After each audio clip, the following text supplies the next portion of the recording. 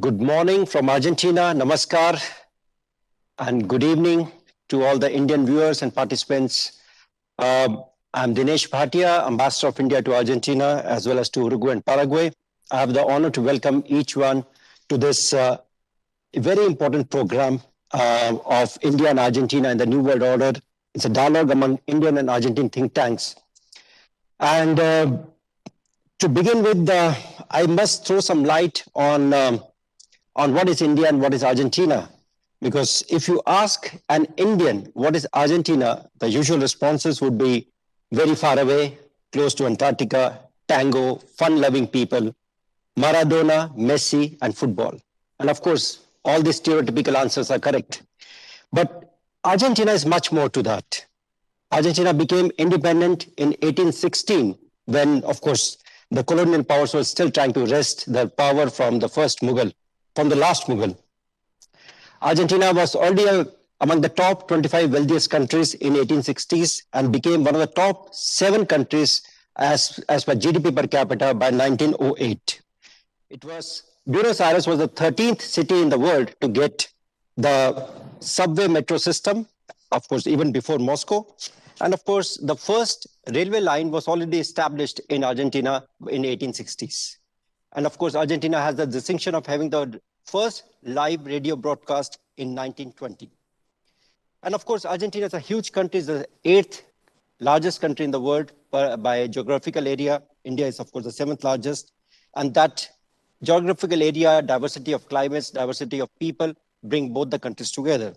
In the same vein, when you ask an Argentine, what is India for you? The first answer is yoga. And that, of course, is very popular here in Argentina, yoga and meditation, a huge population of India. And then, of course, the other answers could be spices and Bollywood. But I think there are several other factors which people in Argentina don't realize, that India is the largest democracy with 897 million people registered as voters in the last federal elections in 2019. And of course, besides yoga and Ayurveda, India also invented chess and zero. And of course, India is the 4th largest railway network in the world, and with the highest number of passengers every day, more than 23 million. I'm not talking about the COVID times, of course. I'm talking about the normal times. And I guess we are moving towards a very normal time very soon, hopefully. India, of course, has 123 airports with 34 international airports. India has one of the largest, or perhaps the largest diaspora around the world, and with the highest amount of remittances in the world. Indians are doing very well all around the world. Currently, the chiefs of Google, Microsoft, IBM, Adobe, they're all Indians. And of course, India has a huge unique identification number program, which started in 2009. And till yesterday, when I checked the figures, the figures were 1,267,557,599 is the last count till yesterday of the number of people who were registered on this program, which gives a unique identity to the Indian citizens. And of course, India is the largest producer of milk, jute, and pulses, and among various other things that we produce. With this background, when I came here in August of last year, I realized that there are so many similarities between India and Argentina. To begin with, both are parliamentary democracies. Both the people are very independent thinking. And of course, we are collaborating in so many ways between India and Argentina in the last 17 years, since the time we opened our first embassy in Latin America in Buenos Aires in 1949. Last year, when we celebrated the 70th anniversary of the partnership, the relationship was elevated to strategic partnership between the two countries. And of course, the relationship now is from not only from trade and economy, which is doing very well. We have very smooth and issue-less political relationship, cultural, tourism, people-to-people contact, space, nuclear. You name a field, and India and Argentina are close to each other. With this background, this think tank event was planned so that we think about how to evaluate the relationship, how to move forward, how to strengthen it further with so many similarities between the two countries. And I'm thankful to RIS and CIPPEC for having accepted to organize this program in collaboration with my embassy. And I want to first bring in Dr. Sachin Chaturvedi, who needs no introduction in India. He's the Director General of RIS, a very well-renowned think tank in India and globally too. He's a development economics expert. And I would request Dr. Chaturvedi to give his opening remarks. Thank you. Thanks, Ambassador Bhatia, for your kind introduction and also for setting the context for our event. I think it's a great initiative, and I must congratulate you and your team, which has worked very hard to get all the actors together for this event. I think I must also congratulate the team that has worked with Korea for getting the different think tanks, various actors together for our partnership and taking this idea forward. As Ambassador Bhatia has said, we are to explore and enhance our understanding of each other, which has the best of the basis from the history. We are there in terms of how the processes are unfolding. And those of us who have been involved in some of the global processes like the WTO, the G20, and the BAPA process, the Buenos Aires Plan of Action program, and the 40th anniversary, which all of us celebrated on South-South cooperation, Buenos Aires has been the destination for us for last couple of years. The huge leadership that Argentina has provided in the new global order, shaping the narrative for South-South cooperation, shaping the narrative for the new global order that we want, bringing in the aspirations and hope of the Latin America together and put in a very conviction manner with all the other countries is simply amazing. And I think CIPPEC has been a testimony to this great evolution. Those of us who saw CIPPEC's role and Korea's own role in the T20 process are great a fan and follower of hers. And I'm sure this is evident from huge fan following that she has on Twitter and on other social media. So there is great appreciation of that work. Two themes, friends, that we are capturing today, I think deserve our great appreciation. We start with the bilateral relations, but we very quickly get into the broad global order with digitalization and future of work, something that Argentina very rightly emphasized during the G20 presidency and highlighted that which eventually Japan also addressed. And we heard Saudi with their own interpretation of the action that is needed. And I think that was extremely important.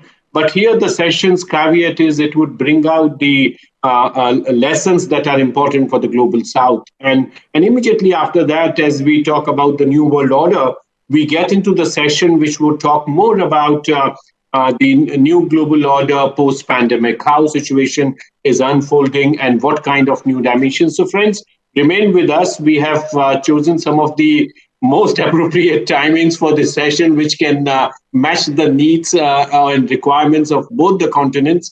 And as Ambassador Bhatia very rightly said, distance now don't matter. It is very much part of our sort of new normal post-pandemic, when we are working together and we are going to find ways to work together, and we move forward despite of several challenges, and we work towards tremendous opportunities that our partnership with India and with Argentina that would offer not only to think tanks and academic community, but even to practitioners, not only diplomats, but industry, the civil society organizations, and several others. I once again very warmly welcome you and join Ambassador Bhatia and our colleagues from CIPPEC in welcoming you. Thank you.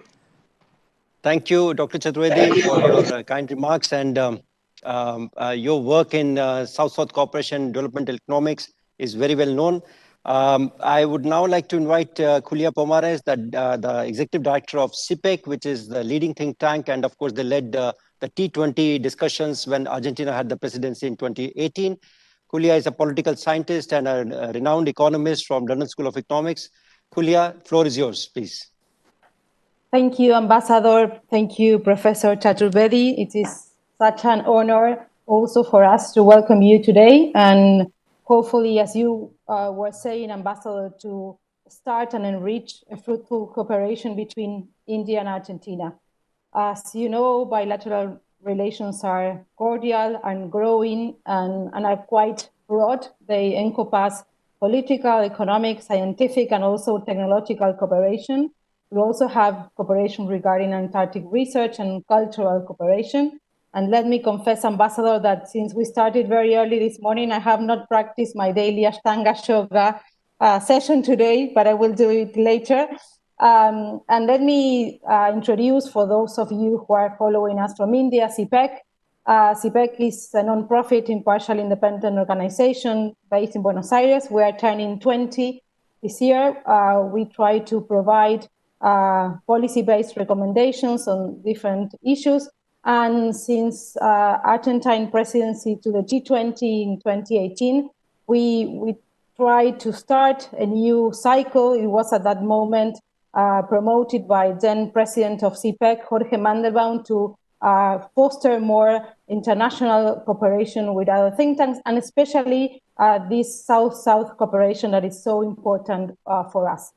Since our involvement in the T20, we are now having very interesting projects and trying to travel ideas across the globe. And especially we have very important links with India on a very key subject that we're going to talk today about the future of work in the Global South and how digitalization is going to affect our labor markets. And because beyond the very stark differences, there are some similarities in our labor market, especially in this case with informality of our labor markets. We are learning a lot from our Indian colleagues. We are having a very, very interesting cooperation. So let me say that I'm very glad also to start this adventure of working and having this cooperation together. I also would like to thank the teams of RIS and also of CIPPEC. CIPPEC, Mercedes Méndez Rivas and Martina Farias Gubier had done a great work in putting all this together. It's true that it's easier now to have these online events, but it's also a lot of work behind being now on the screen. And I think that hopefully having, and maybe one of the good things of this terrible time of pandemic is that we will feel that these very long distances, they are now shorter and that we have more of this type of cooperation. So let me just say that I'm really honored to, and thank you, Ambassador, to having this amazing idea and taking it forward with all the implementation of this event. I hope we have a good dialogue, and also, as I was saying, to be a starting dialogue and to foster the cooperation with think tanks and also researchers in Argentina who are going to be following us from different parts of Argentina, not only from Buenos Aires, so also trying to have a federal conversation on this side. So thank you very much again, and let's hope we have a great discussions today. Thank you, Kulia, for your encouraging words. And as you said, and I also feel that the two countries, India and Argentina, are connected by two oceans. Depending which route you take, the two oceans are different. And of course, in this pandemic new world today, we are also connected by digital technology, which seems easy, but behind the scenes, a lot of things go on, which people do not realize. And we had several technical challenges to broadcast this program live, to stream this program live in English as well as Spanish. We are available through various mediums, Facebook, Twitter, and Instagram. You can click on the website. The direct links of this live streaming is there. And with these words, I would like to close the inaugural session and move on to the first session. I would request the speakers to now take over, and I'll come back to you towards the close of the dialogue, towards the close of the program. Thank you so much.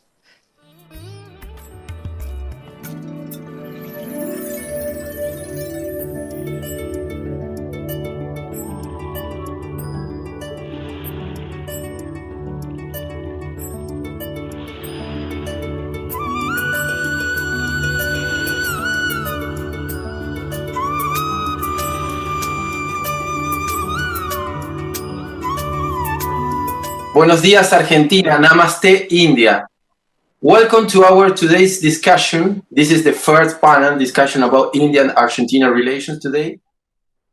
My name is Bernabé Malacalza. I am researcher at CONICET and National University of Quilmes. I have also had the pleasure of being an ITEC fellow in RIS India. First of all, I would like to thank Julia Pomares and CIPPEC for the invitation. Also thank to Sachin Chaturvedi and my friends from RIS in India and the Ambassador of India. It is a great honor to moderate this panel. For around 50 minutes, we will have a discussion about the state of a bilateral relation between our countries. We also discuss the future agenda and if priorities between India and Argentina must change in the context of both the current pandemic and the post-pandemic war, including challenges and opportunities. Then we will make some takeaways for India-Argentina relations. Let me introduce our panelists. I will only provide a short version of their bios. The list of their experiences and accomplishments is much longer, which you can find online. Dr. TCA Raghavan is Director General of Indian Council of World Affairs. He also was Indian High Commissioner to Pakistan and Singapore, Director of the Office of the External Affairs Ministers. He has also served in Kuwait, United Kingdom, and Bhutan. He holds a PhD by the GNU in 1992, and his current interests are historical research, strategic analysis, and the diplomatic history of modern India. Professor Sunanda Sen has been a faculty at GNU and many other institutions in England and overseas. She has published 11 books and 80 research papers in reputed journals.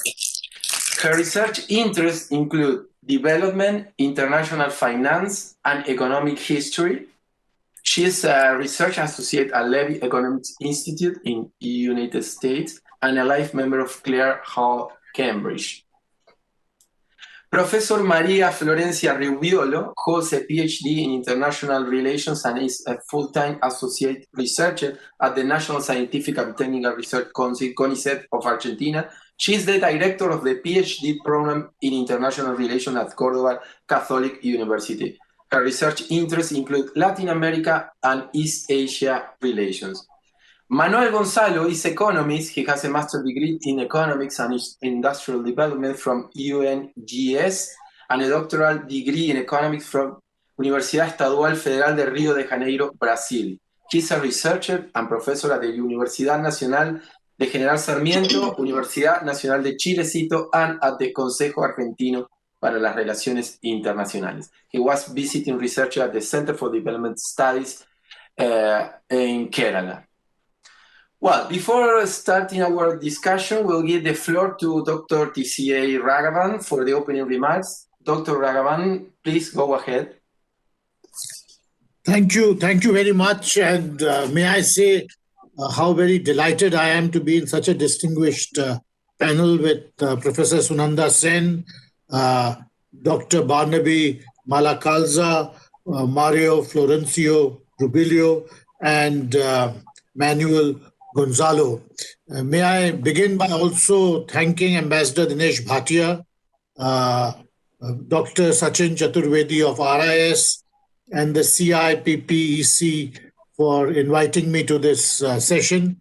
And also may I congratulate the ambassador and his colleagues in the embassy for organizing this series of discussions on India, Argentina, and the nature of the globalized world and the situation we face today. Of course, there is a great deal to discuss in the bilateral content of our relationship, which I'm sure the panel will touch on in each of their individual statements. But India and Argentina, we observed 70 years of our bilateral relationship last year, when we also agreed to become strategic partners. And this itself gives an indication of how much substantive content exists in our relationship, both on the bilateral side as also on the multilateral side. We are both members of the G20. We have also been members of the G77. We have a great deal of common interest in different areas such as energy cooperation, climate change, the future of multilateral institutions, if not the future of multilateralism as a whole, etc., etc. And these are all very, very important issues in the current geopolitical and geoeconomic situation that we are situated in. Bilaterally, while our trade has done well, the potential for scaling it up even further is enormous. Similarly, for trade, for investment and other areas of economic and commercial cooperation, as indeed there are vast arenas on the cultural and people-to-people exchanges side. I thought I would speak for a few minutes on one issue which I feel both India and Argentina should engage a great deal, which is about the nature of state behavior, given the kind of direction which global geopolitics is taking. We are in the midst of a major pandemic which has affected both our societies and our polities very significantly.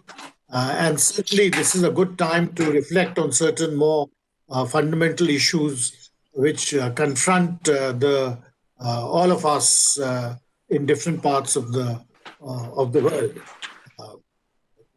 I will begin with the proposition that perhaps at no time in recent history, has there been so much accumulation of state power as there is today. States are more powerful today in various ways because of military power, because of the concentration of economic power within nation states, because of technology and so on.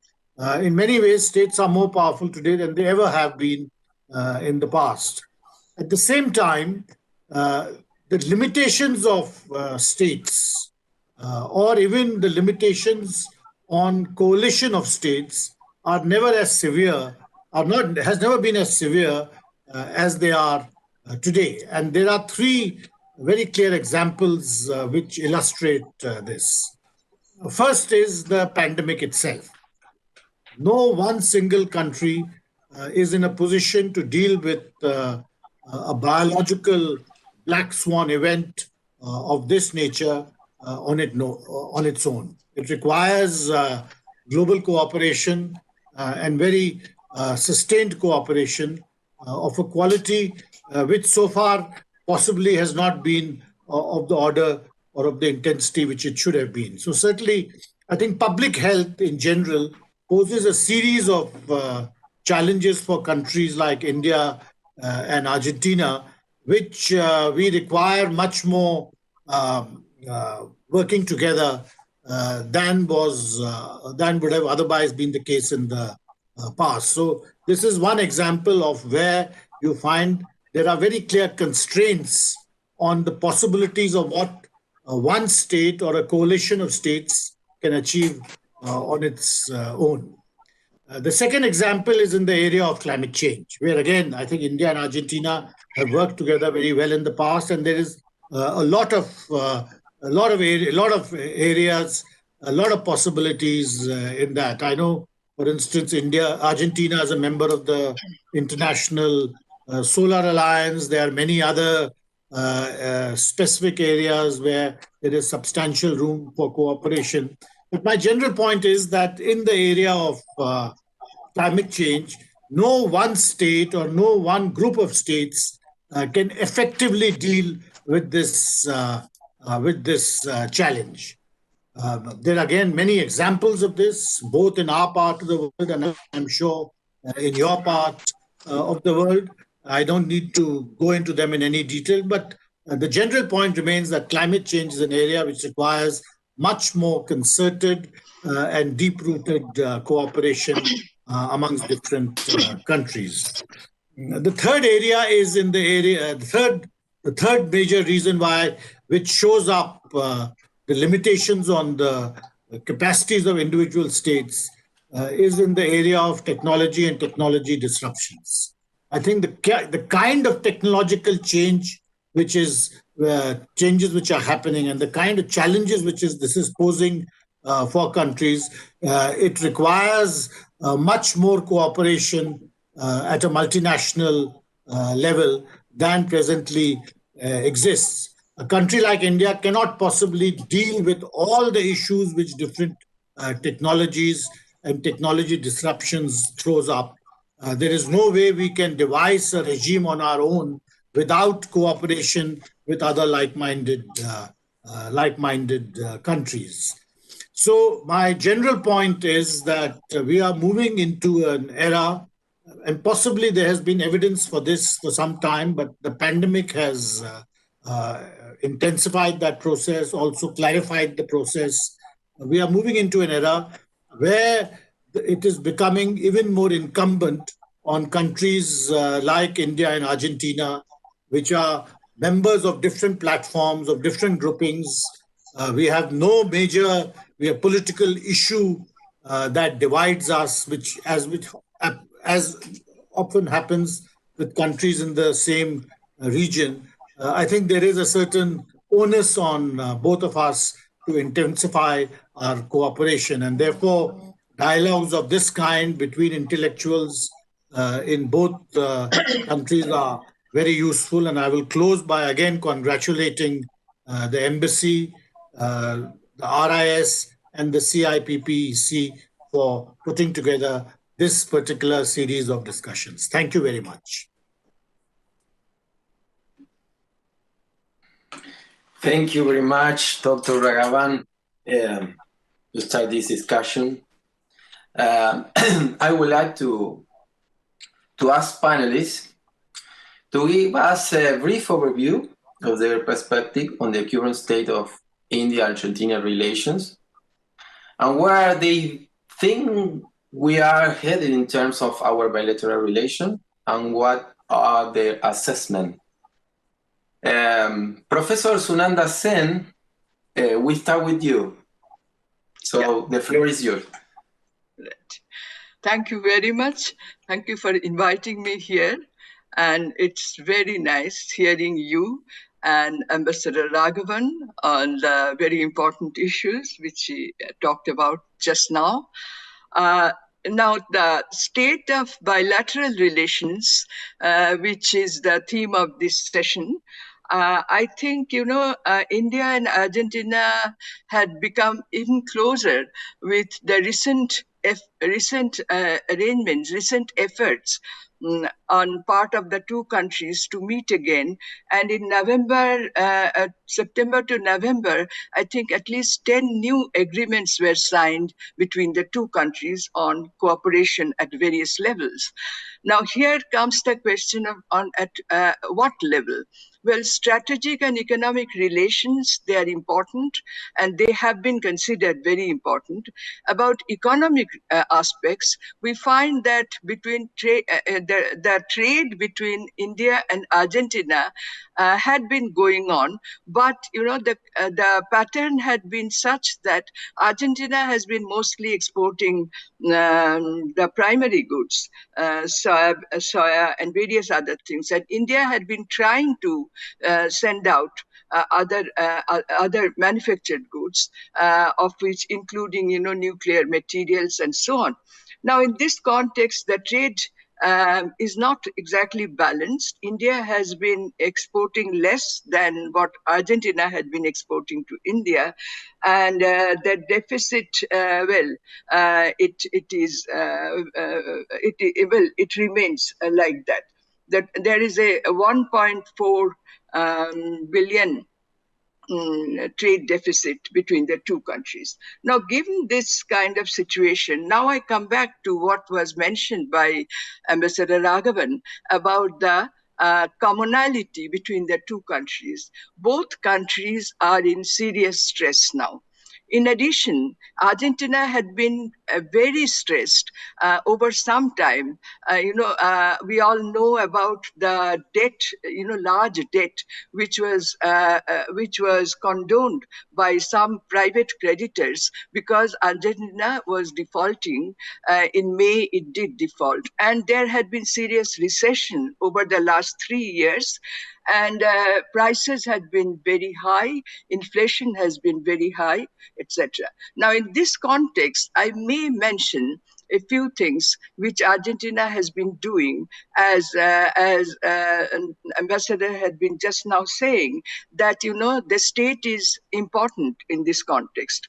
And in fact, we probably, in the context of the COVID and in the context of the recession-prone countries, which is Argentina, as well as India. India is not doing a great job in terms of employment or output growth. India, it has been slowing down even before the COVID. Now, let me just throw some light or discuss a little bit as to how Argentina is trying to cope up. The new government, the Peronist government in Argentina, and under the leadership of Fernandez, we find that a few things have been done at the outset when the COVID problem started, which are remarkable, which include the providing shelter in place on March 19th itself, so that the homeless people can be accommodated partly or fully. And then also the government has reduced the tariff on utilities so that people pay less, those who are very poor. Then medicine prices have come down, and there has been attempts to raise the wages, and taxes have been adjusted with higher rates on richer people and rebates for those who are very poor. And on health in particular, there has been emphasis. Now, these are very commendable measures. I think, in India also, we are also trying to do, but at the same time, the kind of direction which Argentina has provided in combating the COVID problem, I think that is we can flag it out and say that, this is something which we can follow.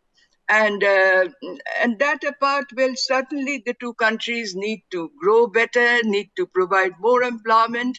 Both are developing countries. And so I think there is a lot of scope for cooperation between these two. So I don't think I'll extend my talk very much. I know other people will speak. If needed, I can come back towards the end. So thank you very much again for inviting me. Is it too short? Or Yeah.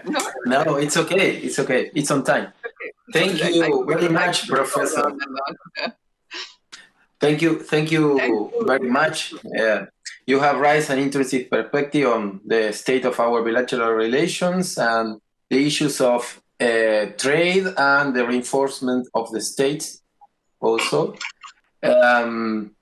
We continue with Professor Rubiolo now. What can you comment on this? What does the state of bilateral relations look like, in your opinion, Maria Florencia? Okay, thank you, Bernabé. And first of all, thanks to the Embassy, CIPPEC, RIS for the invitation to this panel. And it is a pleasure to participate, of course. I will probably pick up on some of the comments of Dr. Raghavan and Dr. Sen. First, as a big picture of the international scenario, I think India as a global player in probably political terms and a giant emerging economy has become a strategic partner for Argentina in the last decade.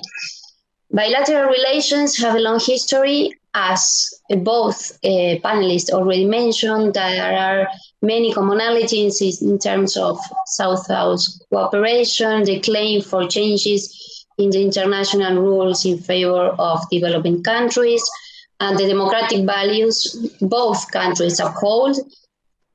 And there are also recent decisions and actions, such as the high-level official visits, the creation of the Argentinian-Indian Business Council, which comprises enterprises from both countries, and the upgrading of the relationship to a strategic partnership that are steps towards deeper and more dynamic links. But in this context, and considering the unfolding economic and political situation already Dr. Sand mentioned, Argentina has in India a central partner towards mainly diversifying export destinations, which is also a vulnerable probably issue both for India and Argentina, and also a potential for product diversification, which is highly concentrated on commodities and low value-added products from the Argentinian side. There is a very clear complementarity of both economies, and this calls for an improvement of access markets, reducing trade barriers are a must for Argentina in this bilateral relation. Also exploring and developing opportunities in investments areas such as clean energies, biotechnology, agricultural technology, artificial intelligence are some of the fields that should be in the core of the agenda for Argentina in the bilateral relation with India. I will not go into trade specificities because Manuel will address probably these issues, but trade is the core axis of these growing bilateral relations. I think there is no debate on that, and it is also the main motive of the renewed political interest. Complementarity is the main condition behind this dynamism, but challenges arise regarding multi-level relations, enhancing access markets for new products, and the articulation, mainly for Argentina, of an overall Indo-Pacific strategy, considering India a central participant in it. I will pick up on future scenarios in the second round. Thank you.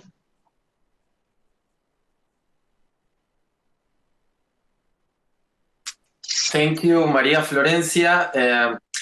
I'm going to ask all the participants to turn off the microphone once you finish speaking, please. Now we'll continue with Professor Gonzalo. Professor Gonzalo, what can you comment us on the bilateral relation? Well, first, thank you very much to CIPPEC, to RIS, and to the Indian Embassy, and well, Bernabé for this panel. For me, I have been doing research on India in the last 7 years, so it is a pleasure for me to be in this panel. First, I would like, in the line of the Professor Ragavan and Professor Sen, I would like to highlight that Argentina is used to think in a Buenos Aires-oriented or Buenos Aires-centered way. So we have to realize and to pay attention that the Indian Ocean and South Asia have a main geopolitical and economic relevance for the contemporary capitalism. So we have to understand and we have to realize that this area of the world is a main dynamic area. In this century, India has been growing at 6.5 points of GDP. For us, it's a really high growth figure. Also, the South Asian figures in terms of urbanization, weaponization, population are of main magnitude. So any relationship that we will have with India and with the Indian Ocean have to have this in mind. Then, specific with the bilateral relationship, as the other panelists said, we have a long-term, mainly from the 60s, relation with India, mainly diplomatic and also cultural. But I would say that given this object of the Indian Ocean, our economic relation with India is still underdeveloped. We could scale and we could broaden our relationship with India. So I will highlight on three main areas that are trade, investment and internationalization, and STI cooperation. In relation with trade, and mainly from Argentinian point of view, as the other panelists said, 2/3 of our exports to India are mainly vegetable oils. Also, we have a superávit in terms of exports with India. Our exports to India are 2.5 or 3 billion US dollars. This represents around 4 or 5% of our exports and around 6 or 7% of our foreign reserves. For Argentina, US dollars are really important, and India, with these levels of growth and new middle class, new rich, is a main market that we should look with real attention. But as I said, in general terms, our exports are really concentrated, not only in terms of products, but also in terms of regional exports. It means Córdoba, Buenos Aires, and Santa Fe represents more than 60% of our exports. It means our export profile is mainly a Pampas export profile. It is not bad, it is good, but we should scale this export profile and we should broaden this export profile, including, for instance, other provinces, other products. Then, and second, with respect to investment and internationalization, I would say that our films, our national champions are in India. It means Techin is in India, Globant is in India, Imbab is in India. Some agribusiness films are doing business and are in India. Also, some pharma films are interested in India. Also, some startups in IT and biotech are visualized in India as an interesting market, particularly agri-tech. However, this is the elite of our entrepreneurial structure, and we should broaden this elite. Here, these actors are of main relevance to help the other middle-sized actors to export to India. And obviously, the state have a main role. For instance, state-owned enterprises have a main role. 2-3 days ago, our YPF, a main petroleum enterprise, have a meeting with the Indian diplomatics, and this is really relevant for both countries. I will speak about this in the next round. Energy challenge is a main issue for both countries, and state-owned enterprises have a main role in both countries. Finally, in the third term, I would say that we have,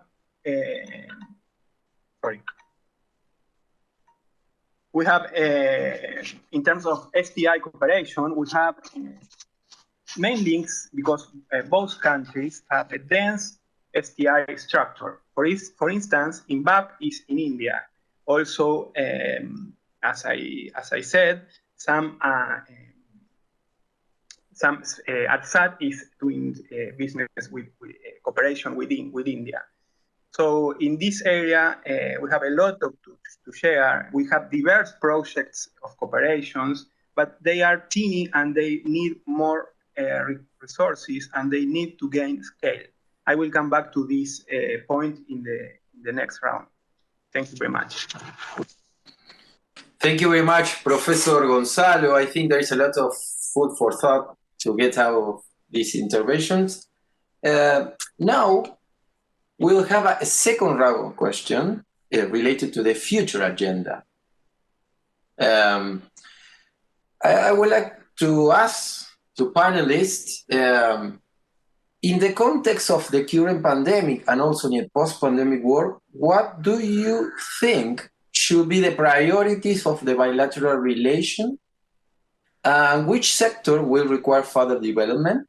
And I appreciate if you can elaborate on this. So we continue in the same order. Professor Sunanda Sen, please go ahead.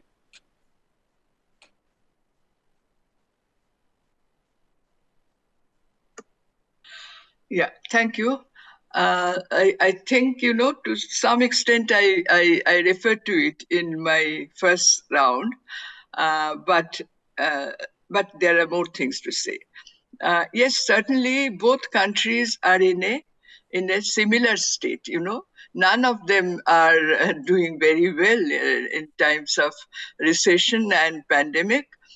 And in this context, I think, both India and Argentina as developing countries should try to see if through G77 or other bodies, there can be some respite in terms of some concessions from the advanced countries in terms of trade and also in terms of the finances.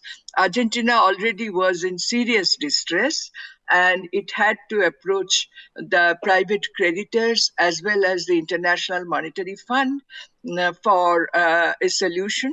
And in the past also, Argentina's financial and currency history is very torrid. It has gone through many serious crises.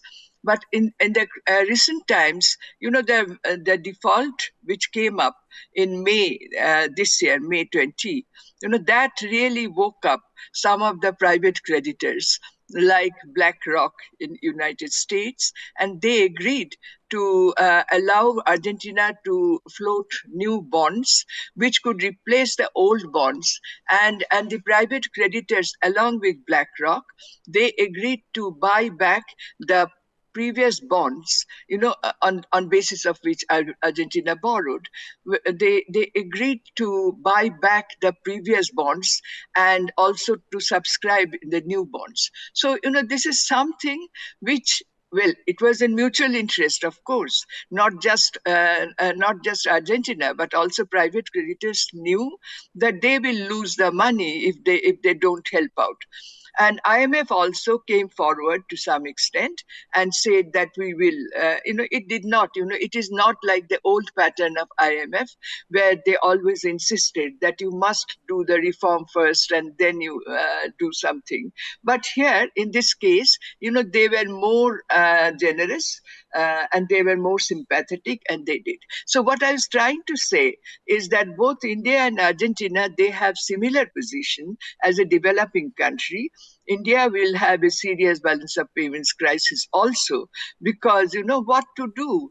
Our exports are not doing so well. The country was in a lockout for so many days, and even now the system is not functioning. So you cannot imagine that the manufacturing sector or the agricultural sector will have as much to produce and export.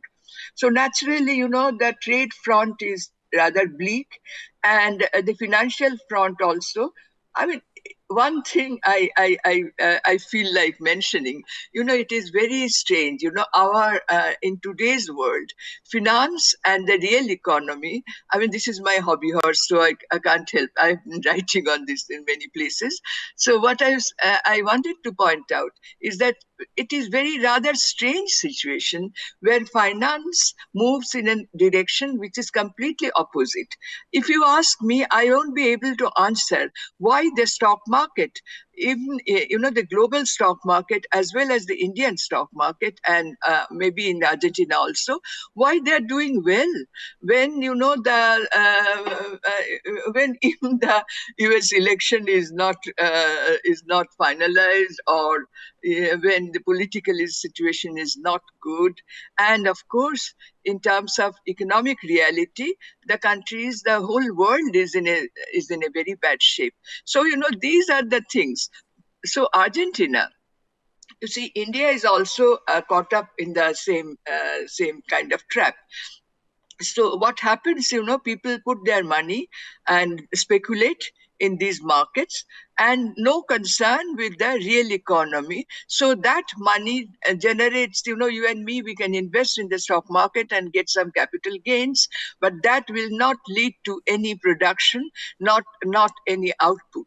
So, Argentina and India have a good scope of, uniting, joining hands, and at least do some more research on these areas and try to come out from this trap so that the real economy can be benefited. And as in the previous session, I mentioned that the current regime in Argentina is trying to generate demand in the real sector by, offering more to the poor people who are homeless, who are jobless, and so on. And that may help to some extent, because that will create some demand for production, and the demand for production will create demand for employment, and demand for employment will mean jobs, and that will mean, more demand. That is the circle.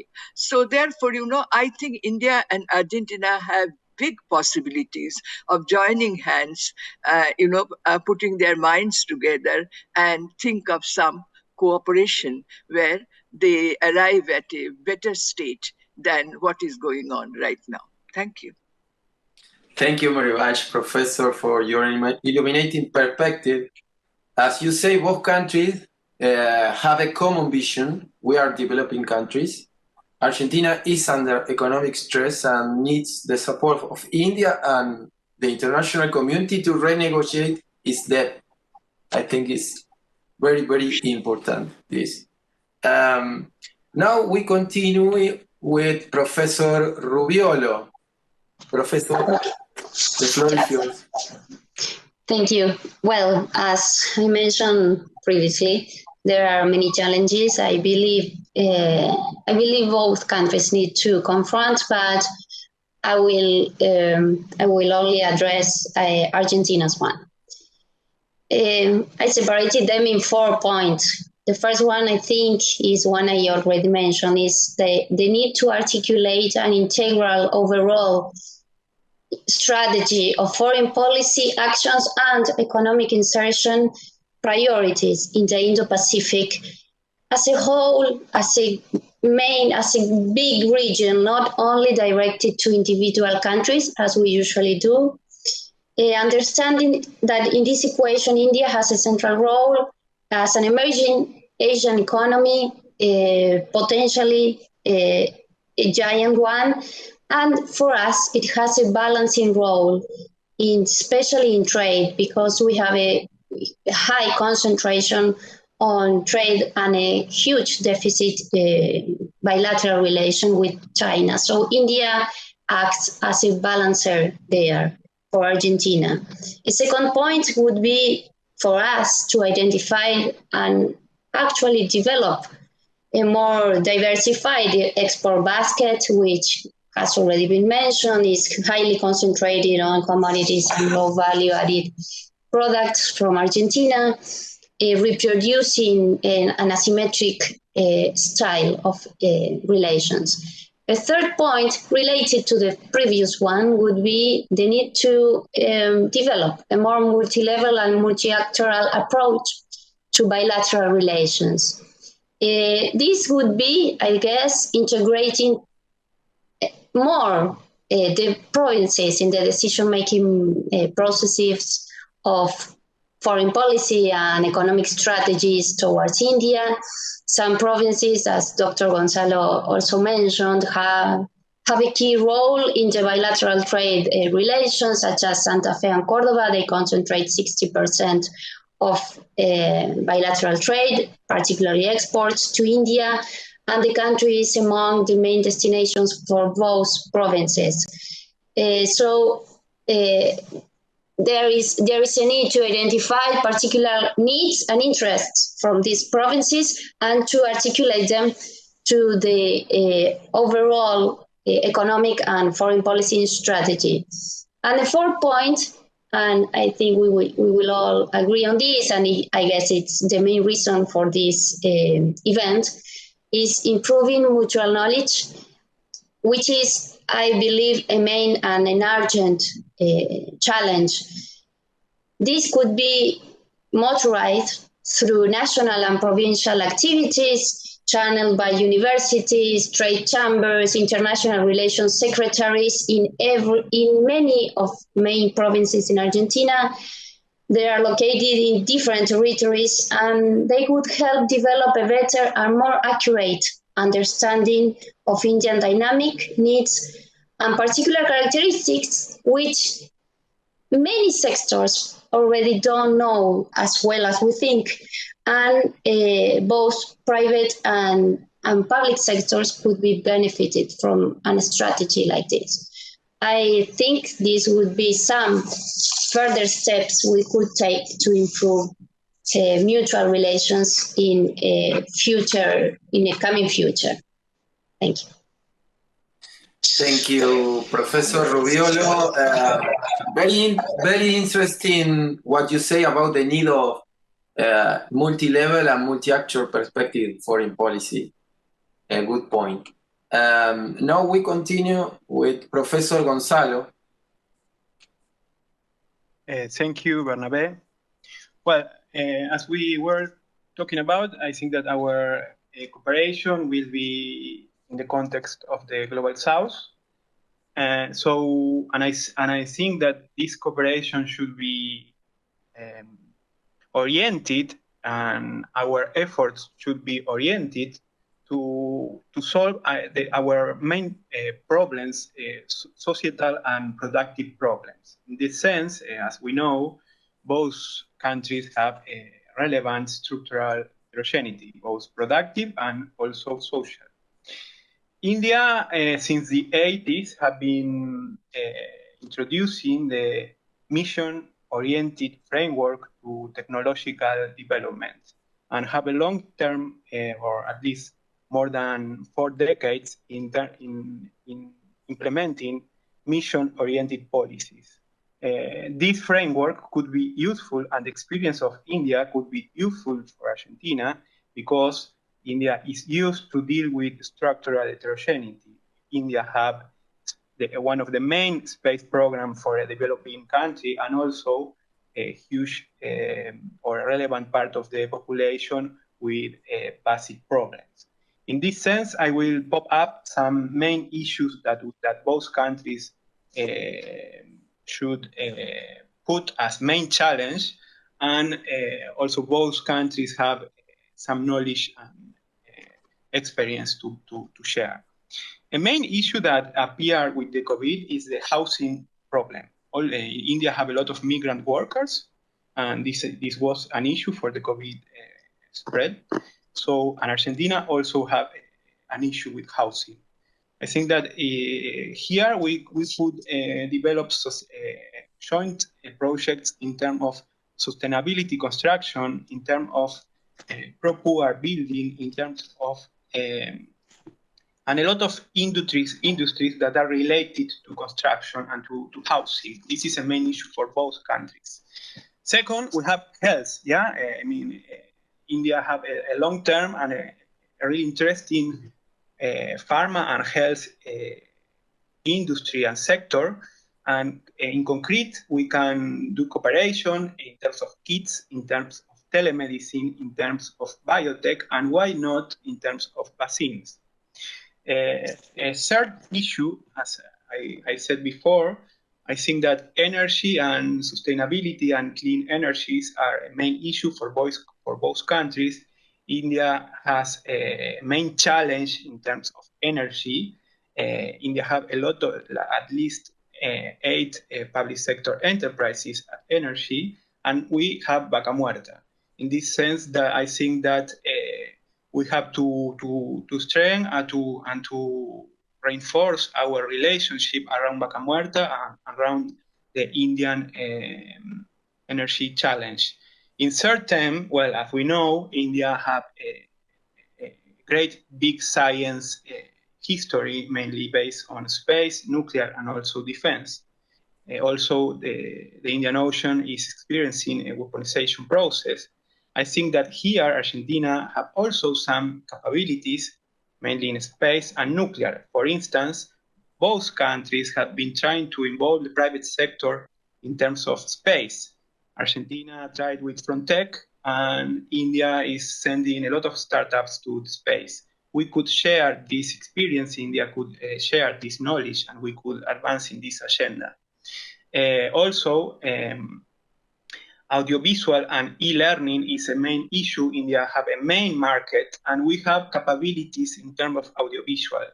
We have also public sector capabilities and private sector. I think that this is an underdeveloped sector, and we have to visualize that India have a 1.3 billion market. Well, you will speak about digitalization in the next panel, so I will not speak about digitalization, but it's a main issue. But I would like to point out two more challenges and issues. One is biotech and IT ecosystems cross-fertilization, incubation, and acceleration. I think that there is an opportunity for example, agri-tech cross-fertilization and acceleration and incubation between both countries. Agriculture for India is of main relevance. India needs to improve its productivity in agriculture, and we have capabilities and we have experience on this area. Finally, urban mobility is a main issue for India and also for us. We can develop joint projects on this area. To conclude, I think that clearly we have to broaden and to scale our cooperation. We need financing. We could think in a bilateral fund to finance universities, to finance long-term projects. It is really difficult to consolidate a long-term research project around both countries. We need this. I think that state-owned enterprises have a main role here for both countries, and we have to reinforce our relationship around this. And we have to reinforce our middle-sized actors in this relationship. Thank you very much for the invitation. Thank you very much, Professor. Thank you to all. Thank you, Dr. Raghavan, Dr. Sen, and Dr. Rubiolo. I really enjoyed this panel. The intervention have been very, very clear in establishing the axis of our bilateral relationship. Let me highlight just few challenges that I believe are fundamental. I will summarize the future agenda in 5E. The first one is export diversification, as Professor Rubiolo and Professor Sen said. The second one is empowerment of science and technological cooperation, especially multi-purpose technology, software, biotechnology, nanotechnology. And as Professor Sen said, the creation of the India-Argentina Business Council last month will stimulate trade and collaboration on knowledge economy, especially clean energy, satellite industry, nuclear energy, and manufacturing. The third one is environmental sustainability. India is a leader in renewable energy, solar energy. Argentina has recently joined the International Solar Alliance. So one of the takeaways of the panel is that our countries can cooperate to support the global transition towards post-fossil society. The 4E is encouraging of social inclusiveness. Technology transfer offer a great potential for tackling the multiple dimensions of poverty and inequality, which also encompass access to health, housing, and employment, and quality education. So we can work together in this area. And finally, the 5E is enhancing of multilateralism. India and Argentina are members of G20, as Dr. Ragavan said. We are active partners. The promotion of multilateralism and the strengthening of the United Nations system are priorities for both countries. And as Professor Sen said, Argentina is under economic stress and needs the support of developing countries, India and international community to renegotiate its debts. And this will be an opportunity in terms of cooperation and multilateralism to work together. So we are on time. I would like to thank our panelists and also all the people who join us for this discussion today. Thank you so much. We continue with the next session now. Thank you.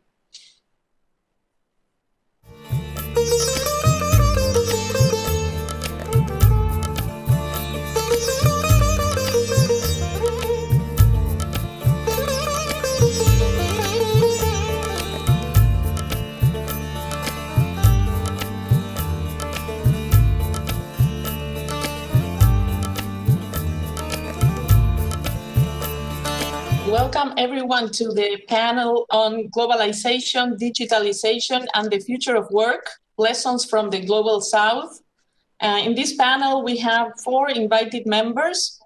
3 of them are from India and 1 is from Argentina. They all come from renowned research institutes based in New Delhi and in Buenos Aires. These research institutes, they have objectives of capacity building, policy dialogue, and promoting cooperation among developing countries. And they focus on, among other topics, on global markets, technology, and development. So let's start by introducing the 4 panelists. We have Rajat Kathuria. Rajat has a PhD from the University of Maryland. He has an extensive career in teaching, research, and consulting with international organizations, and he's the director of ICREER. ICREER means Indian Council for Research on International Economic Relations, and it's in New Delhi. We also have Urvashi Aneja. Urvashi has a PhD from the University of Oxford. Her research focuses on the governance and sociology of new technologies and also on South cooperation.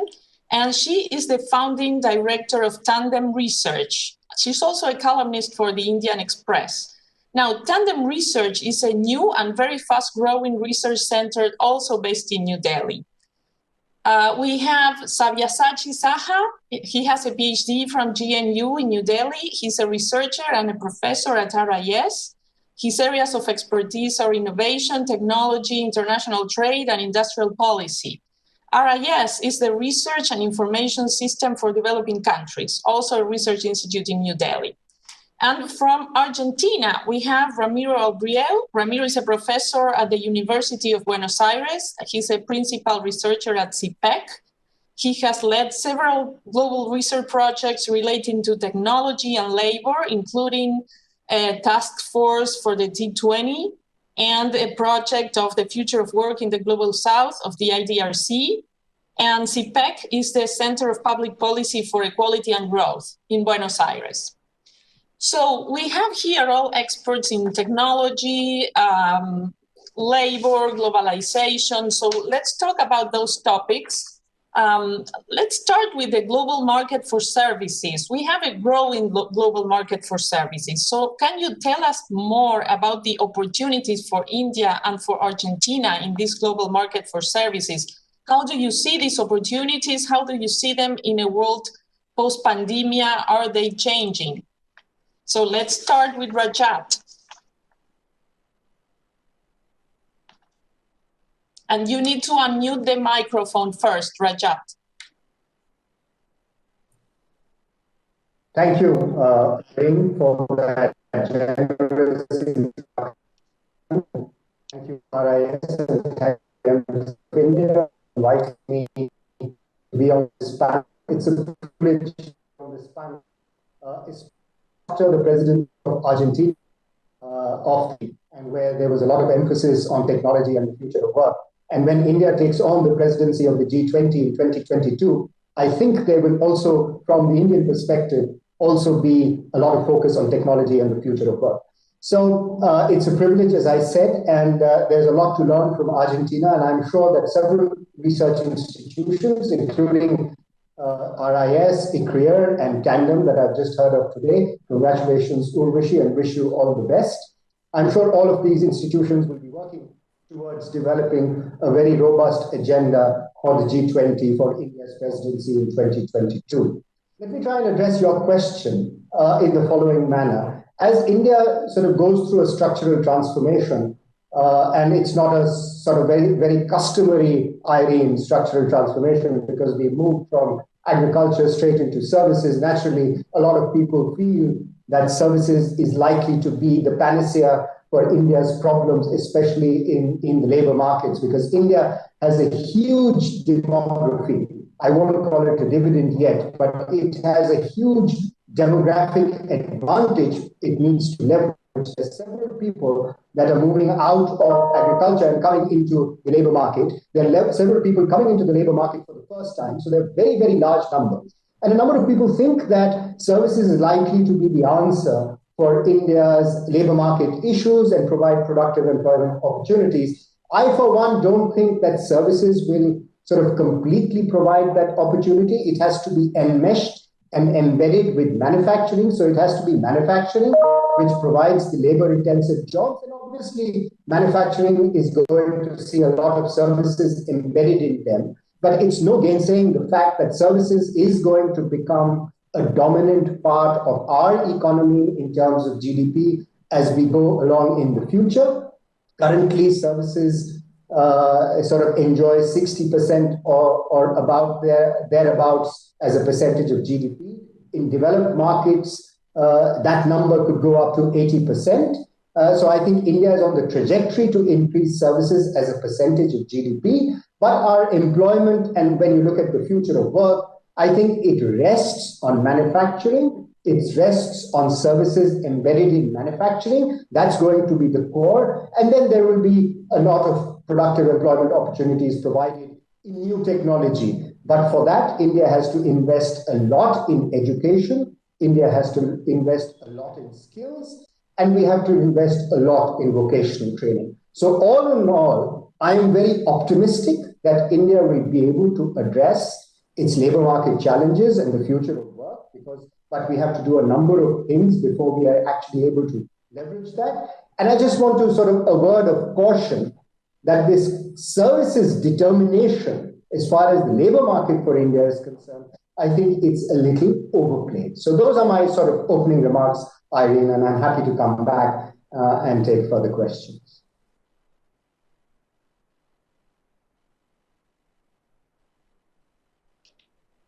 Thank you. We now move to Urvashi. Thank you, Irene. Thank you for inviting me. Thank you to both the embassies. It's an honor and pleasure to be here. Rajat, I'm glad that this is an opportunity for you to know a little bit about Tandem as well.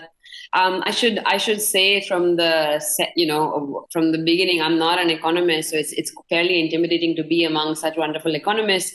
I work at the intersection of tech and society and how tech is changing social relations, including what it means for labor relations. So that's the perspective that I come from. And what we are very interested in Tandem is how technology gains are distributed within a society and the kind of capacities that are needed to enable a more equitable distribution of those technology gains.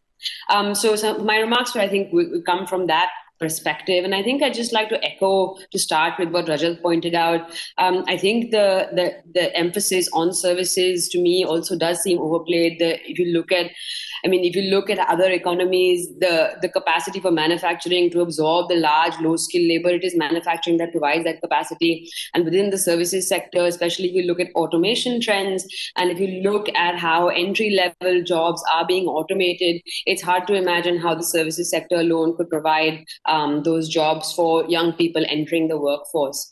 I think also, that being said, certainly the global services market does provide tremendous potential for employment creation in India. We are seeing that a fair bit already. And also in Indian policy documents, I think we are thinking about how we can provide some of the back-end services for a growing AI industry.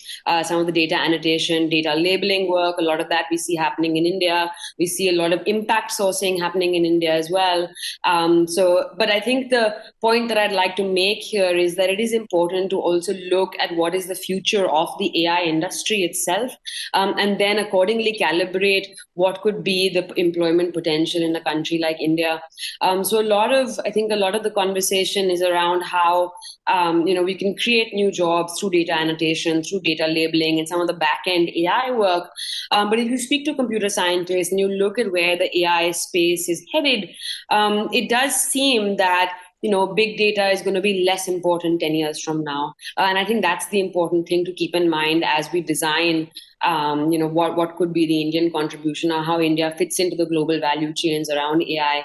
So if you speak to a computer scientist, they will tell you that it is actually about small data and abstraction rather than big data. And if you look at recent developments around GPT-3, for an example, again, it points to that we may not need the large quantities of data annotation and labeling that in the next 10 years. So similarly, like with the export of our IT services, we must take a longer view of where the AI industry is headed as we think about how we can create those jobs within the AI global value chains. I think the second point that I'd like to make is that, which is reflecting on our own research at Tandem. So we do a lot of research on online labor platforms, and we have found in our research that it does enable access to work, particularly for women, for differently abled people, from people who come from peri-urban centers who may not have access to employment opportunities in their geographies. And workers are seeing an increase in earnings. There is a strong preference to this kind of work over manual work. And we are seeing some kind of partial formalization and standardization happen through online labor markets. So I think that is a very positive step for India. But I think the caution there to keep in mind is that we also do see some amount of de-skilling happening on these platforms. So a number of people who are working on these platforms are engineers, for an example, doing very menial tasks. So we have to keep an eye on that skill match. And I think the other point that we're seeing is that there's still not enough evidence on whether this increase in wages, access to work is actually resulting in economic empowerment. So if platforms are enabling some kind of formalization of work, what are the kind of corresponding digital financial services that we also need to introduce in financial products we need to design so that access to work also leads to economic empowerment. So our research shows that workers really struggle to save, for an example, and they really struggle to plan their finances. So I think these are important considerations as we think about the future of online work and the global services market. So I'll pause there, and of course, happy to come back on any of these points in the Q&A or the second round of questions. Thank you again.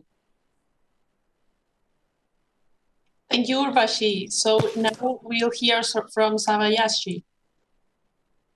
Yeah, good morning to all our friends from Argentina, and good evening to colleagues who are from India. And truly honored to be part of this panel, of course, and great hearing Professor Rajat before me and Dr. Urvashi and Irene. Thank you for your sharply pointed questions. But before coming to that, what I want to say in the beginning is that when we are talking about the services sector, of course, we are aware of the numbers, how it propels the larger chunk of the GDP in both countries. But, I want to share with you a story where, we see a very remarkable development in India in the last couple of years. Many around the world are aware of the Indian IT services industry and the successes it has had in the telecom industry. And primarily the discourse is about the private sector playing a major role in propelling the service sector in India to a large extent. But the remarkable part of it in the recent years is how government has pushed in as a major consumer as well as kind of enabler of the services sector. And that's where the public policy question comes in very sharply. And for a country of India's size, where we talk about inclusive development, where we talk about welfare state and reaching the last mile, be it for hundreds of reasons, including the SDGs, you need to create that connect. And the connect comes through digitalization, the appropriate use of digital technologies and the like. But here I'll just share with you a couple of examples for everyone to have a understanding as to why government role and the role it has played in the last couple of years and the public policy questions comes in so sharply in terms of having a service sector that utilizes the digital technologies, the new vintage of technologies so robustly. First of all, the entire area of financial inclusion, and it is not business as usual. It is not the usual way of thinking about financial inclusion. It happens, you have the financial sector in place, you have the banking sector in place, but yet you are in a position for a country of India's size where you cannot reach the last mile. So financial inclusion becomes extremely important. And here, as you have known about the Jan Dhan mobile trinity that has worked in the last couple of years, it has proved to be a hugely powerful tool in times of COVID, when there was lockdown and direct benefit transfer to the marginalized and the underprivileged groups could be achieved through the DBT transfer. The Jan Dhan mobile trinity kind of the technology platforms that we have is of immense significance. Secondly, under the Digital India program, what government has been trying to do is to connect every village with the broadband connectivity through optical fiber connectivity. And what does it mean? It means in terms of taking the market closer to the local producers. So this is how the real economy effect of the services sector comes in. So services that fulfills every other requirement of life, be it education, health, businesses, financial services, agri-tech, etc. And let me tell you that there is a huge domestic footprint in whatever we see in terms of digital provision of services that is happening in these sectors, because domestic footprint, the self-reliance is very much part of the entire agenda. Because when we talk about digitalization and globalization, as the theme of the session says, there are two things that we should always keep in mind. First of all, about the technology dependence that is there, the chances of technology over dependence that is there, and also the technology obsolescence. So unless and until you have the indigenous capabilities on digital technologies, you cannot have your confidence in place in both in terms of dependence as well as how to manage your future pathways on this.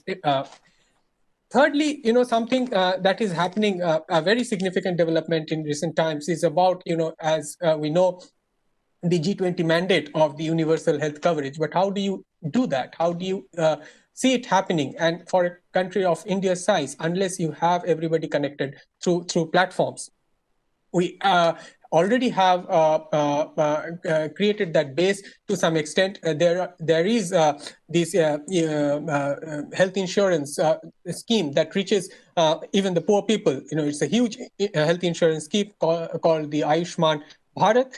And the national health stack that is coming up, it would try to connect governments at all levels. So that's where the demand comes in. It connects both the public and the private sector providers. And then you have this initiative called the Smart Cities, where we see the integrated management of systems when it comes to urbanization. In the previous session, speakers pointed out in this area, in terms of energy, transport, as well as utilities. When we are talking about circular economy, when we are talking about sustainable consumption and production, how do you create the dashboards that helps you manage these systems better? Smart cities and the integrated management of systems is coming in very heavily, and private sector, public sector, and the private sector collaboration that is happening has a lot of lessons to offer for the development pathways for the future. Similarly, when we talk about agriculture, sustainable agriculture, nutrition, sanitation, etc., that you have the rural-urban divide in all of this, and to bridge such divides, you take help of digital services, and that's where the role of the government becomes very important. My final point would be at this point, before coming, maybe at a later stage, about the larger questions about how we see future of work and the other areas. How COVID pandemic has changed the whole landscape. These are interesting times. COVID pandemic has actually brought in much the behavioral change that we all thought would be important towards pushing people towards digitalization, accepting digital technologies in their lives. So COVID pandemic has kind of helped or brought in this behavioral change. So whatever happens to the services sector, it is very much part of how society absorbs these technologies and how government foresees utilizing these technologies in reaching out to the people and society. I stop here for now.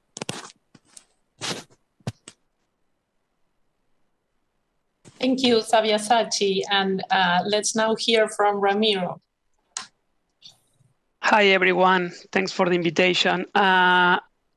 First, I will pick up on your final comments, Sabyasachi, about COVID-19 and digitalization. I think that what we are seeing is like a continuity in a process, in a long-run process of deglobalization of manufacturing and a deeper globalization in digital goods and digital services, right?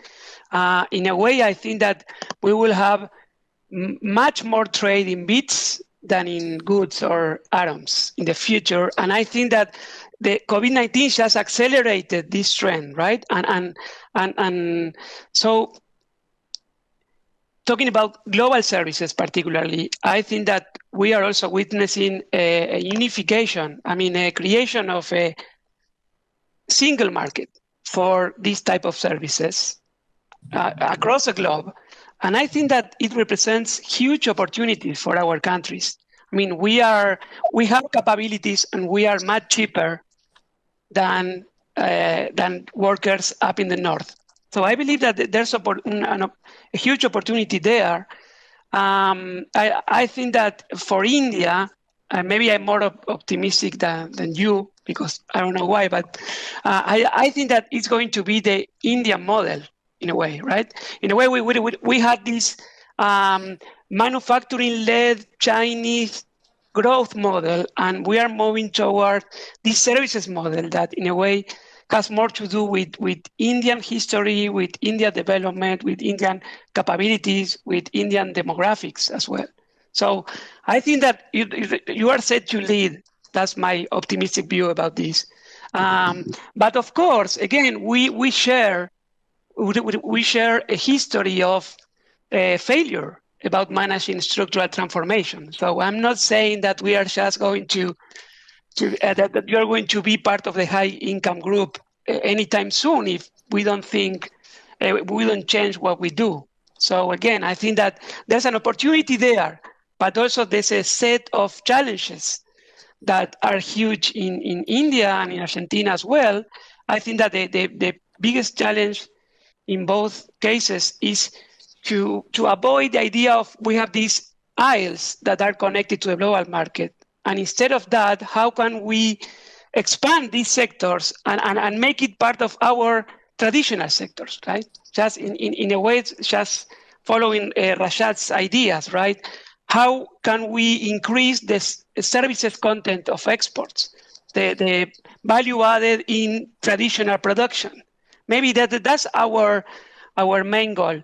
Now, in Argentina specifically, we are not that big or as big as India. We are not that young. We are not that cheap. So in a way, our challenges are different. But again, it has to do with the same idea of Rashad's idea, right?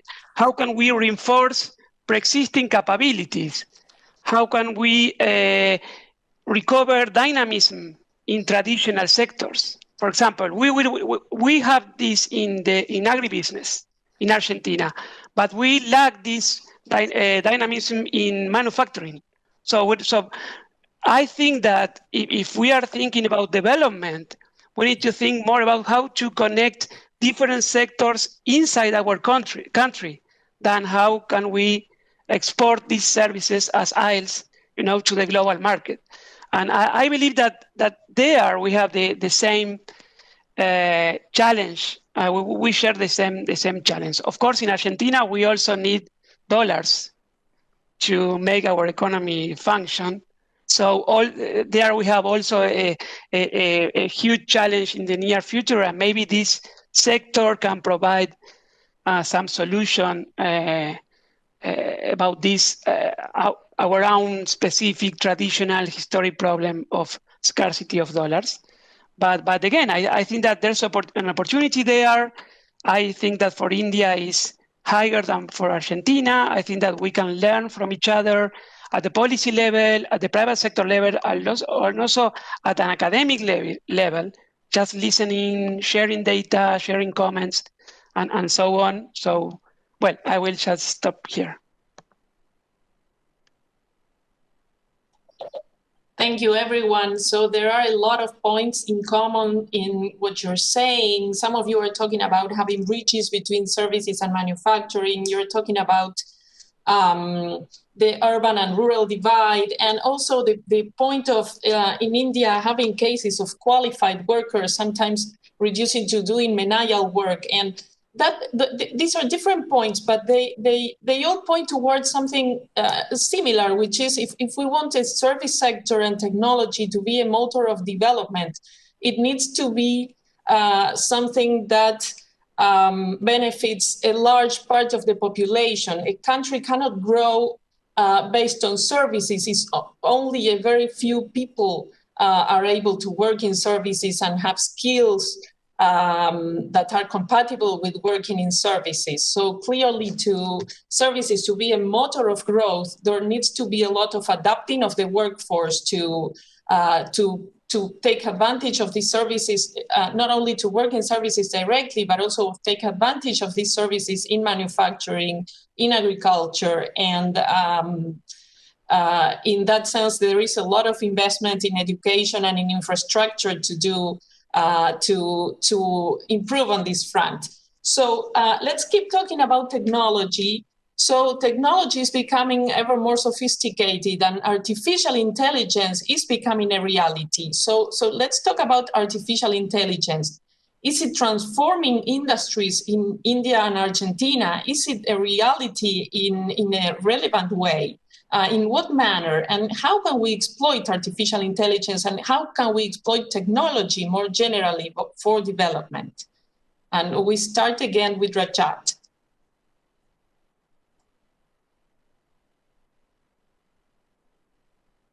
And Rajat, I'm going to tell you once again to unmute the microphone. I don't know how it keeps getting muted because I don't mute it. Okay. Am I audible now?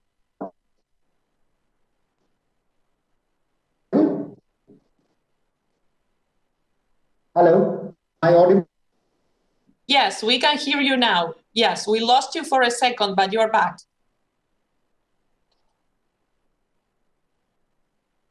Okay, I think this is an extremely interesting and pertinent question. So let me try and address, AI is sort of, one can look at AI in the form of a general purpose technology.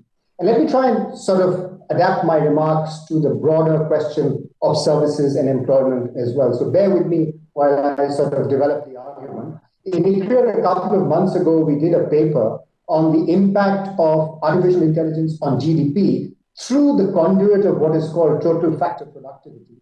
And what we found was that a unit increase in AI, which, as I said, is a general purpose technology, would have a positive impact on GDP, which means that, often technology gets blamed or sort of blamed for displacing in its sort of manifestation or in its impact. And what we tried to show through that report, yes, of course, technology will have a displacement effect, but it will also have a sort of a reinstatement effect, which is what we tried to demonstrate. It will increase the size of the pie. So let's park this argument for a moment in our minds that AI or any other technology is likely, especially in a country like India, especially a country emerging markets, and I'm sure the same will be true for Argentina as well, technology will have an impact which is positive on overall GDP. So for example, a unit increase in AI will impact the GDP positively and therefore create the potential for sort of hiring more people, provided they have the right skills and have the right education. I think that's where the point of skilling and education and vocational becomes extremely important. And we don't have time to develop that. But as technology finds its way through in India, skilling and complementary education skills will absolutely be essential. And they'll have to keep up with the times rather than being embedded in the past, rather than catering to what the labor force wanted 20 years ago. We need to adapt the education, skills, and vocational training system to what the labor market will need 10 years from now, because as somebody said, obsolescence is very, very high and obsolescence is working very fast. So, but I'm optimistic, as I said, Irene, I think that AI and technology will have a sort of reinstatement effect in India. And why do I say that? I say that, and again, I'm trying to link it to, I'll make two more points. I'm trying to link it to the labor markets. And I think it's extremely important from India's point of view to relate the debate on globalization and technology on the labor market. And the reason I say that is because robotization in India's labor market is the lowest in the world today. If I use that as a manifestation of how sort of technology has displaced existing labor, I think it's minuscule, it's minimal, because India will continue to have a comparative advantage in labor-abundant services, in labor-intensive manufacturing. India will continue to have a comparative advantage there, and therefore I was speaking of services embedded manufacturing and services embedded agriculture, etc. That will be the route that India needs to take. The other thing I really wish to emphasize in this conversation is the alarmist sort of narrative that jobs are going to be displaced and 69% of India's labor force is vulnerable to technological change. I think doesn't do any service to India's public service institutions or public policy institutions, because once you get alarmist, people are going to throw up their hands and say, gee, there's nothing I can do about it. So I think we shouldn't be alarmist, because there is no reason to be alarmist, because jobs are not going to get displaced. It's tasks, for heaven's sake, that are going to get displaced, but tasks are going to have complementary operators, complementary people who would need to run those machines, who would need to run those programs. So therefore, I'm saying there'll be a reinstatement effect. And finally, I want to pick up on something that Urvashi had started talking about, and I think it's extremely important, and COVID has laid this bare, again, relating it to the labor market in India, which is that there has been so much of sort of unemployment in the aftermath of COVID, especially because of India's informal sector. And given technology is going to result in what is called non-formal or non-standard forms of employment, which don't have access to any sort of social protection and health insurance, what I'm saying, and I'm sort of making this plea for India, making this plea for Argentina and other emerging markets, is that we need to extend social security protection. We need to extend social security and health insurance, maybe sort of divorce it from the labor market institution, divorce it from your jobs, but for heaven's sake, have for non-standard forms of employment, have social protection. It's not going to be too expensive on the exchequer. This is the need of the hour, because you'll have non-standard forms of employment, you'll have independent workers, you'll have gig workers, and often they don't have access to formal employment and therefore don't have access to formal sort of social protection. And I think COVID has exposed the infirmities in India's labor market, as it has in other labor markets. And I think this is the time for countries like India to extend social security protection to informal workers, to gig workers, because as Urvashi said, they're going to become, platform workers are going to become an integral part of our economy. And let me conclude my remarks by saying that I don't disagree that services is certainly going to be a sort of a creator of employment. But once you look at the magnitude, look at the scale of India, 12 million people on average entering the labor force every year, 1 million a month, 12 million a year for the next decade. Even if you don't believe those numbers, even if they are an order of magnitude, I don't see that services by themselves could be labor intensive in terms of absorbing the kind of labor force. Of course, you need the skills and education also complementary to be able to do that. And that's the remark I was making. Look at the scale, look at the magnitude. Platforms, technology is going to be, of course, you can't throw it out of the window. Of course, it's going to be there. Of course, it's going to provide employment. But at scale, I have my doubts. And my last point, Irene, I promise you I won't speak after this, is that, services liberalization globally has been much more difficult than goods liberalization. To liberalize services, liberalize labor markets, of course, India has always been talking about liberal labor markets, and services liberalization is going to be a lot more difficult. Globalization in services will be a lot more difficult than globalization in goods. But I think from the global point of view, if we approach labor markets as global markets rather than fragmented markets, I think the demographic decline that we are seeing in the West can to some extent be met by the demographic upsurge that we see in countries like India and other countries, emerging markets. So let's put this discourse on the table. Let's look at a global market in labor. Of course, it could be naive for me to suggest that, and I recognize I'm being naive given the political differences and given the kind of things that have happened with Brexit and Trump's election in 2016. But let's have a discussion and let's put it on the table. Can we think of a labor market which is global in nature so that declines in one part of the world can be met by upsurges in other parts of the world? Thank you, Irene. I think I've taken more time than I should have, but I really am very passionate about this subject. Thank you so much, Rajat, for your interesting comments. Let's now hear from Urvashi. Thanks, Irene. Thanks, Rajat, for bringing up the point about social protection. Just to echo that, I think with COVID, we are seeing a growing platformization of work, even traditional sectors, that possibility now exists. So the importance of social protection becomes really important and delinking it from formal employment. And I think one of the interesting things we're seeing in the global South with regard to the platform economy is that platforms are also being used to layer other services, so financial services, skilling, etc. And it's really important to get that architecture right. And I think linked to that, and this might seem like a side comment, but I do think it is important, is that question of data. There is a huge amount of data that is being collected through these platforms, and that data could be a really important source of informing labor market policy, but the potential for misuse is also very, very high. So as we're thinking about this architecture for social protection, and we're using platforms to deliver welfare in new ways, we must think about that data point. And I think we also then need to think about what that trade union looks like in a platform economy, right? Who speaks for labor in a platform economy? How does labor come together? What are their opportunities for collective bargaining? And with that fragmentation of the labor force on platforms, what could be the alternative frameworks for it? I think I'm less optimistic maybe than Rajat is about the potential of the AI industry. I think I agree with you on that. It's not about jobs being displaced, it's about tasks being displaced. But I also feel that over a period of time, the way businesses organize themselves will also change.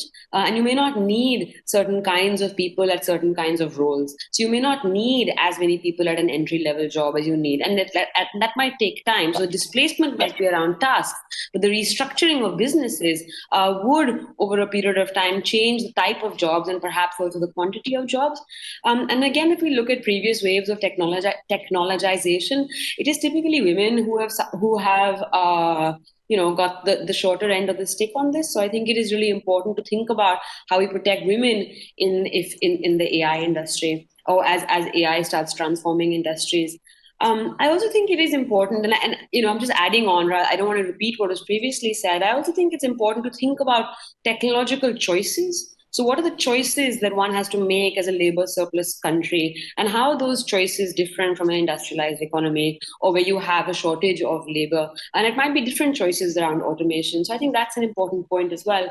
And I think the other point that we have to think about also is that, I think the massive growth in the AI industry has also happened alongside the growth of very large technology companies. So it is, in some sense, certain kind of monopolistic practices and network effects that have enabled the accumulation of the large quantities of data that have enabled a lot of AI progress. So I think that we have to also think about what are the broader impacts for the market, and where are these, and how does it matter where these big global companies that are at the forefront of AI are located? Does it matter that they're global companies, or does it matter that they're domestic companies? And what impact does the network effects have for new companies to be able to join the AI industry marketplace? And I think we see that quite clearly in India. And I think finally, I think the skilling question is key. It is really, really important that we make sure that we do have the right skills in place. But I do think that the issue there is that the people who lose their jobs or who have less opportunities to find new jobs may not be the same ones who are able to upskill quickly enough. So there is likely to be some kind of generational lag, which makes it even more important to think about the social protection issue and to think about the welfare inputs that we need to make to kind of smoothen the transition. And I think all of this really just a large part of it comes down to investing in the analog components of the digital economy. There isn't an easy substitution for education and skills, and until we are and only by investing in those will we be able to leverage some of the productivity and efficiency gains that are offered by the way AI is transforming industries. Thank you. Thank you, Urvashi. Let's now hear from Sabyasachi. Yeah, I'll keep it short. We have heard the responses from previous speakers. AI is a very broad term, and we have several technologies converging when we say AI, and we know the broader connotations of how we see the sudden amplification of these concept, as well as the ramifications it has for businesses and societies. But the question in front of us, of course, is what we want such technologies to do for us. Currently, we are very impressed, as Dr. Aneja has said, that big tech companies, providing us with solutions, coming up with every other day a new kind of business use of what these technologies can provide us with. Several things even we had never thought that we'll be using a few years back, the way we used to think, the way we used to conduct our lives. But technology has impacted our personal as well as social behavior to a large extent. But the burning question at this point is, can we get across the market failure problems that even, that is very prone to this class of technologies, this business segment as well? And why it is important going forward is that we know that the world is in urgent need of sustainability. The world is in urgent need of sustainable consumption and production. Yes, doomsday predictions about AI and labor market implications may not be entirely correct, because then, future of work becomes future of everything. If we have job loss, if we have replacement effect to the magnitude that we hear predictions telling us, that would kind of foretell future of everything. The societies would be unstable. So that is a very different story. But at the same time, if we can intelligently use some of these new vintage of technologies in connecting with sustainable priorities, in terms of inclusive development, be it sustainable, going back to my previous points about sustainable management of cities and transportation, disaster preparedness, how you bridge the gaps that we have with communities, how you bring in financial inclusion, what kind of changes you see in the healthcare services industry, and where we see, these are questions where several other public policy as well as regulatory questions come into the front in terms of financing the service delivery by utilizing AI.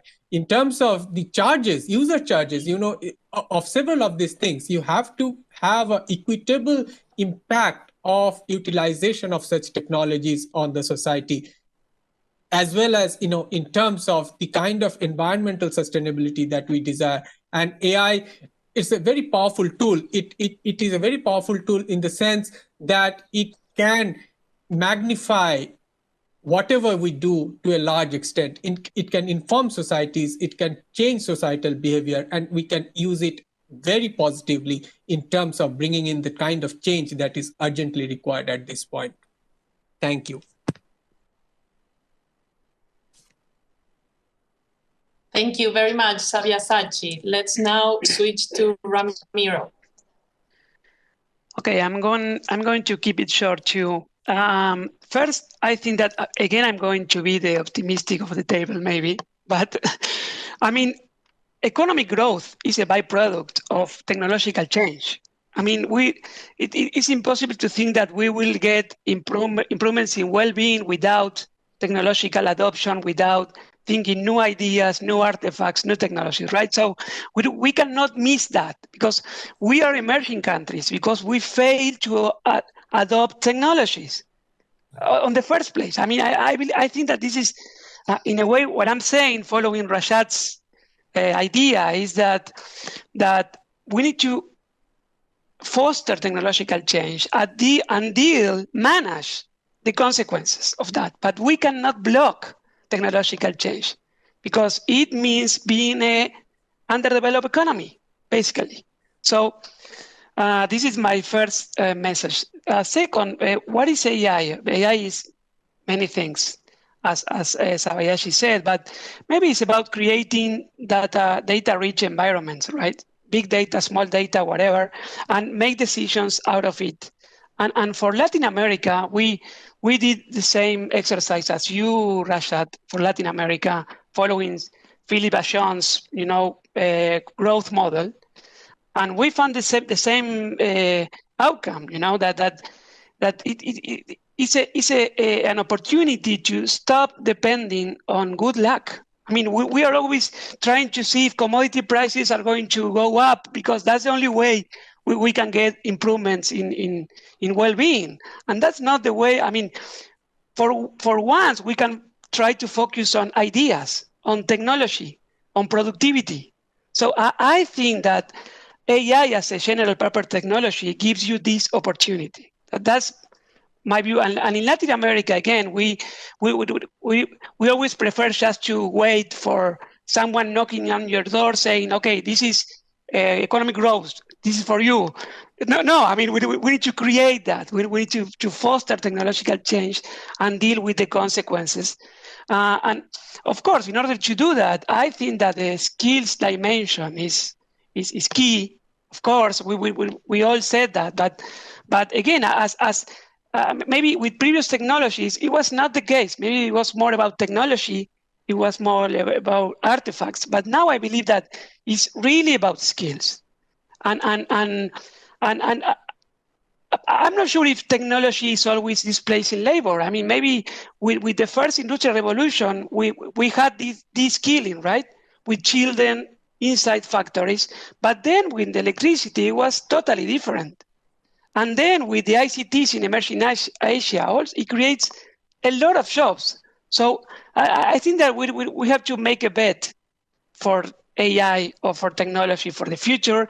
But I'm also realistic, and I think that we, as emerging countries, have a lot of problems trying to change schooling for learning, right? I mean, we have a lot of schooling, but then who's learning? How they are learning? So, and again, maybe in this future labor market, we will need skills associated with technology, but also soft skills. And we don't even have an idea about that in the emerging world. So just to sum up, there's a lot to do, but I think that the opportunity is there.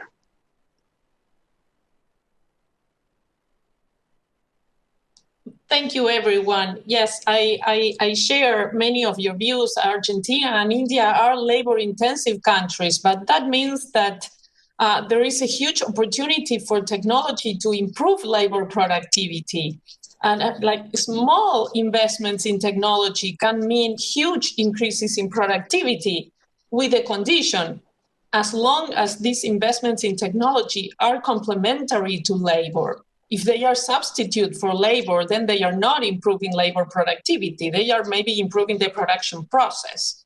But if we want to think of a shared prosperity environment of technology adoption, we need to think about complementarities, and of course that goes hand in hand with education. Now, I am optimistic about this because having something available somehow creates the incentives for skills to develop. Like if we go back centuries and we think about when Gutenberg invented the printing press, that was a motor that generated a literate world. I mean, people learned to read because of this. So technology can be also a motor for improvement of skills. So I am optimistic, like many of you, but with a huge caveat. Transitions can be very long and can be very hard. And structural change is always composed of a huge transition. So it's not the same to think about a future equilibrium in which everyone has high skills and works with technology. That future is far from now. So I agree with Ramiro, let's jump at this opportunity, and also let's take in mind that we need to make that transition as smooth as possible in terms of investment in education, in terms of social security networks. There are many, many things to do. So we are almost out of time. There are a couple of minutes if one of you wants to share some final thoughts.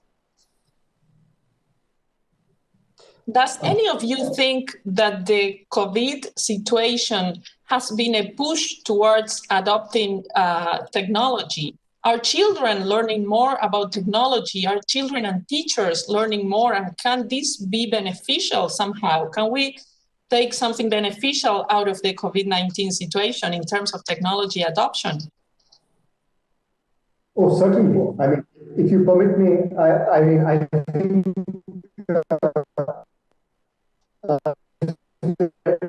positive dark we see positive, I think, embrace or embrace. For India, another positive, we begin to place in place policies that are more sustainable, as Sabyasachi is emphasizing, and also more inclusive. But if I could sort of use an analogy, in India, when we had this demonetization in 2016, a lot of people were very apprehensive about using sort of digital currency and digital technology for payments. But necessity is the mother of invention. And I think what happened was there was a lot of behavioral change towards using digital payments. And in the course of the 4 years, what has happened is that people have become much more sort of able and much more aware and much more likely to use it. Their sort of risk and vulnerabilities have become much less. And of course, there's a public policy dimension also to it. But from a behavioralist perspective, I think technology adoption, there was a shock and people adopted technology. And I think COVID is a similar shock, although it sort of encompasses much more than just the payment sector.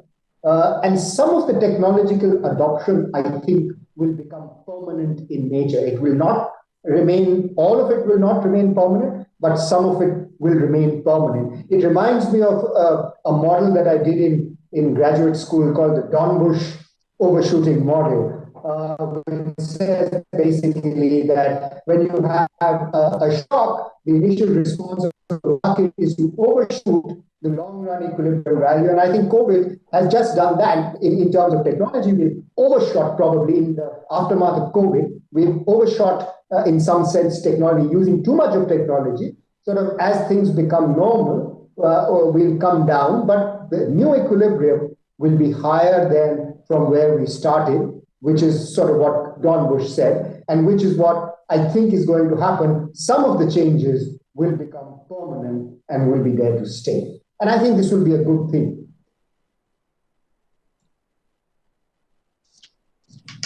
Well, we are going to finish here. So it's been a pleasure being in this panel. Thanks to everyone here. And thanks to the organizers for putting together this group of people and this conference.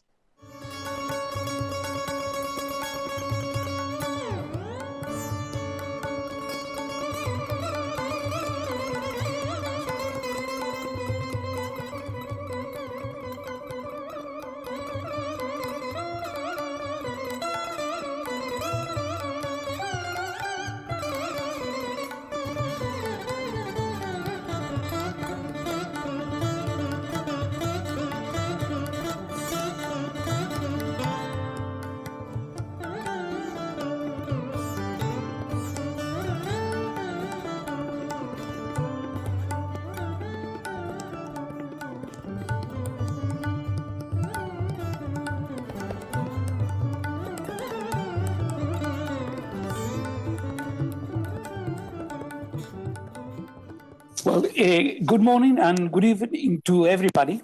I welcome you all to this third session on India and Argentina in the new world order post-COVID. I am Ricardo Carciofi, Research Fellow at the Center of Implementation of Public Policies in Argentina, and I will have the pleasure to moderate this session. I am in the company of very distinguished panelists, and I will introduce them in a moment. As you may know, this is an activity, a dialogue among Indian and Argentine think tanks, and is related to the G20, that is the think tanks that are working closely to the agenda of the countries that are members of the G20. Today's topic is very relevant. The title of the session conveys in itself a lot of content. It refers to the notion of world order post-COVID. And in fact, is there such a thing as a world order? In what sense? Is it stable? Is it evolving? What is the actual meaning of post-COVID? In fact, as we know, the prevailing form of governance of the global order in the last 70 years that centered around multilateralism is increasingly into question. The stress and limitations on some multilateral institutions are already visible. Furthermore, the difficulty of finding effective ways for governing global commons, climate change, biodiversity, the oceans, are also quite evident. And going back to the title, again, we have an explicit invitation to think in ways and productive forms of cooperation between Argentina and India in order to contribute to a more reliable and effective world order. Let me refer very briefly to the dynamics of the following discussion. We will have 2 rounds of interventions, 5 minutes each for each panelist, following the sequences of the program. As for the theme of the first round, I kindly suggest if you could elaborate on the nature of the current crisis of multilateral governance, how it is affecting the institutional architecture it rests upon, and whether it is possible to adapt or reinvent multilateralism in order to cope with current challenges. So, without further ado, I will introduce our first panelist, Mr. Jorge Chediak. He's a former director of the UN Office of South-South Cooperation. In March 2016, Mr. Chediak was appointed by the United Nations Secretary General as his envoy on South-South Cooperation. Prior to this, Mr. Chediak served as the UN coordinator of the UNDP and UNDP resident representative in Brazil. Prior to that, representative in Peru, Nicaragua, deputy resident representative in Cuba, and deputy resident in Uruguay. Mr. Chediak holds a Master in Foreign Service from Georgetown University and a Bachelor in Political Sciences from Catholic University in Buenos Aires, Argentina. So, Mr. Chidiek, the mic is yours, and if you could elaborate 5 minutes on this question. I know that the question is very wide and difficult to narrow down, but please do the effort to do this. 5 minutes. Thank you. Thank you very much, Professor Casiofi. Dear friends, let me start by thanking the Embassy of India, CIPPEC and RIS for putting together this event. And in itself, the fact that we're having this event tells us how much the infrastructure of international relations have changed, not just by the technological feasibility of us being able to put together this meeting, but the fact that the links between think tanks of the South is so robust and so strong. That was not possible many years ago. We did not have contacts with each other, and if we did, it was generally intermediated by centers from the North. It's a point that I always make when I go to the great events in Delhi that RIS organizes. So in a way, the fact that we're having this type of event reflects a change of the dynamic of international relations. Going back to the structure of the nucleus of the question, I have been an international civil servant for over 30 years. I'm about to finalize a career, and as a UN person, I saw how valuable the contributions of multilateralism can be in the construction of a better world. Throughout my career, I saw the UN organizing humanitarian operations in a massive scale. I saw the UN advocating the best causes in terms of development. I saw the UN promoting great ideas to build a better world. I saw the UN being the only space with different factions from within a country could sit together and agree on dimensions for their own countries. So the multilateral system, I am a believer because I was a practitioner and I saw how much it can do. At the same time, we're very conscious that the architecture is not what it should be. It does not reflect the reality that I mentioned in my first intervention, the technological changes, the imbalance of the rebalancing of the interests of the North and the South and of the capabilities of the South. As Prime Minister Modi said in his speech at the United Nations General Assembly, the world of 1945 was significantly different from today's world. The global situation, sources, resources, problem solutions were all quite different. And as a result, the form and the composition of the institution established with the aim of global welfare were in accordance with the prevailing situation of those times. Today, we're in a completely different era. And we have to agree that the evolution of the global architecture has not accompanied this reality. Also, President Fernández said basically the same thing when he said, ello requiere que reconozcamos la importancia del equilibrio. El equilibrio es restablecer las prioridades del sistema multilateral, empezando por los últimos para llegar a todos. Tenemos que ser arquitectos de una nueva casa común. Antes de la pandemia, se planteó la necesidad de reformar el Consejo de Seguridad de las Naciones Unidas. Hay acuerdos sobre rehabilitar la Organización Mundial de Comercio. Se planteó la crisis del mecanismo de instituciones de Bretton Woods y todos los eslabones de la arquitectura multilateral nacida de la posguerra. Resulting from the post-world period have to be changed. Entonces se necesita cambio. Y entonces, ¿cómo podemos impactar en ese cambio? Voy a entrar en detalle. In the second part of the session, during which we're going to discuss that matter. But suffice it to say that this stage, that we have to start by the recognition that the system is unbalanced, and that countries from the South can have to work together consistently and coherently to advance a new agenda, which at the same time should be reflected in the changes of the global institutions. This year is very paradoxical because in the 75th anniversary of the UN, the Secretary General wanted this to become a moment to rethink multilateralism. And actually the process has been triggered by an external factor, the pandemic, which in itself should have been the perfect occasion to test multilateral institutions as we have built it, and we know all the limitations that we have confronted. So in the next stage, I will concentrate on how to do and what to do together. Thank you, Professor. Many thanks, Jorge. You have been very clear and strict to the point with the time limit. So let me introduce now to our second panelist. This is Professor Sachin Chaturvedi. He is the Director General of Research and Information System for Developing Countries, RIS. RIS is a New Delhi-based policy research institute supported by the government of India. He was Global Justice Fellow at the Macmillan Center for International Affairs at Yale University.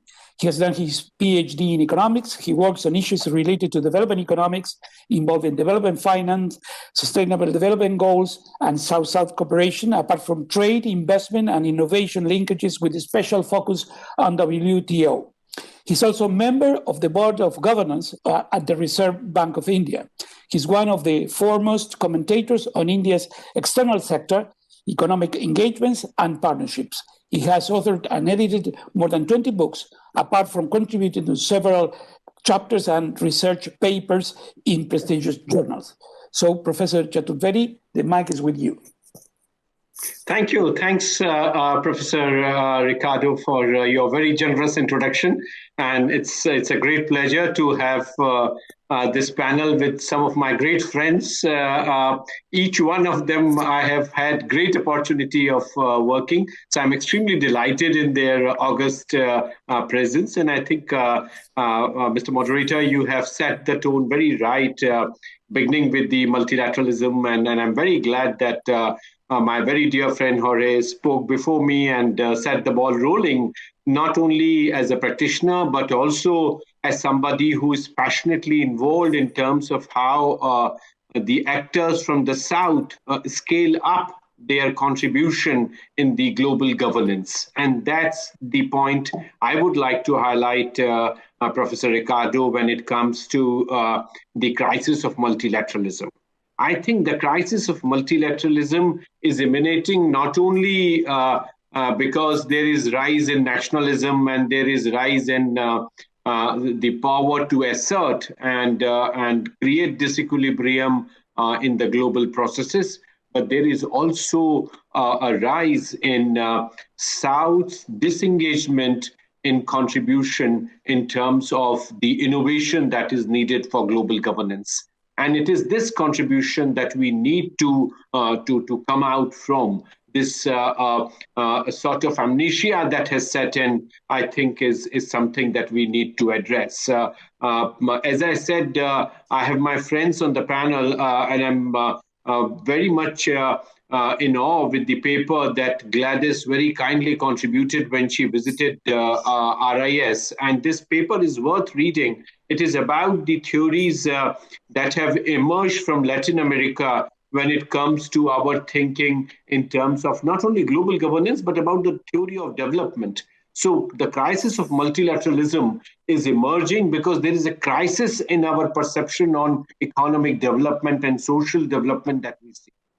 And the contributions that came from the intellectuals of the South, particularly in 60s and led by none other than country like Argentina with Raul Prebisch and many others, the conceptual frameworks have moved and several contributions from the region, from Latin America with Argentina in the lead, but also the Brazilian contributions and ACLEC's own leadership role that ACLEC played in terms of providing the roadmap for development. That is what has disappeared with the structural adjustment program and the Washington consensus that we heard. And as a result, the alternative ideas to the monetarist school of thinking with the structuralist contributions to multilateralism has not happened. So while I see the assertive rise of the North against the multilateral institutions and some of the actors from the South also contributing to that rise and creating their own poles of assertion and disequilibrium in multilateral institutions, the South is equally responsible by not giving innovative solutions to the problem. And as a result, the trade and the linkage and the dominance of trade with the development theory is something that we have lost out on. So now I think the time has come when multilateralism should be revisited. The idea of plurilateral understandings, the idea of minilateral understandings is going to ruin the world further.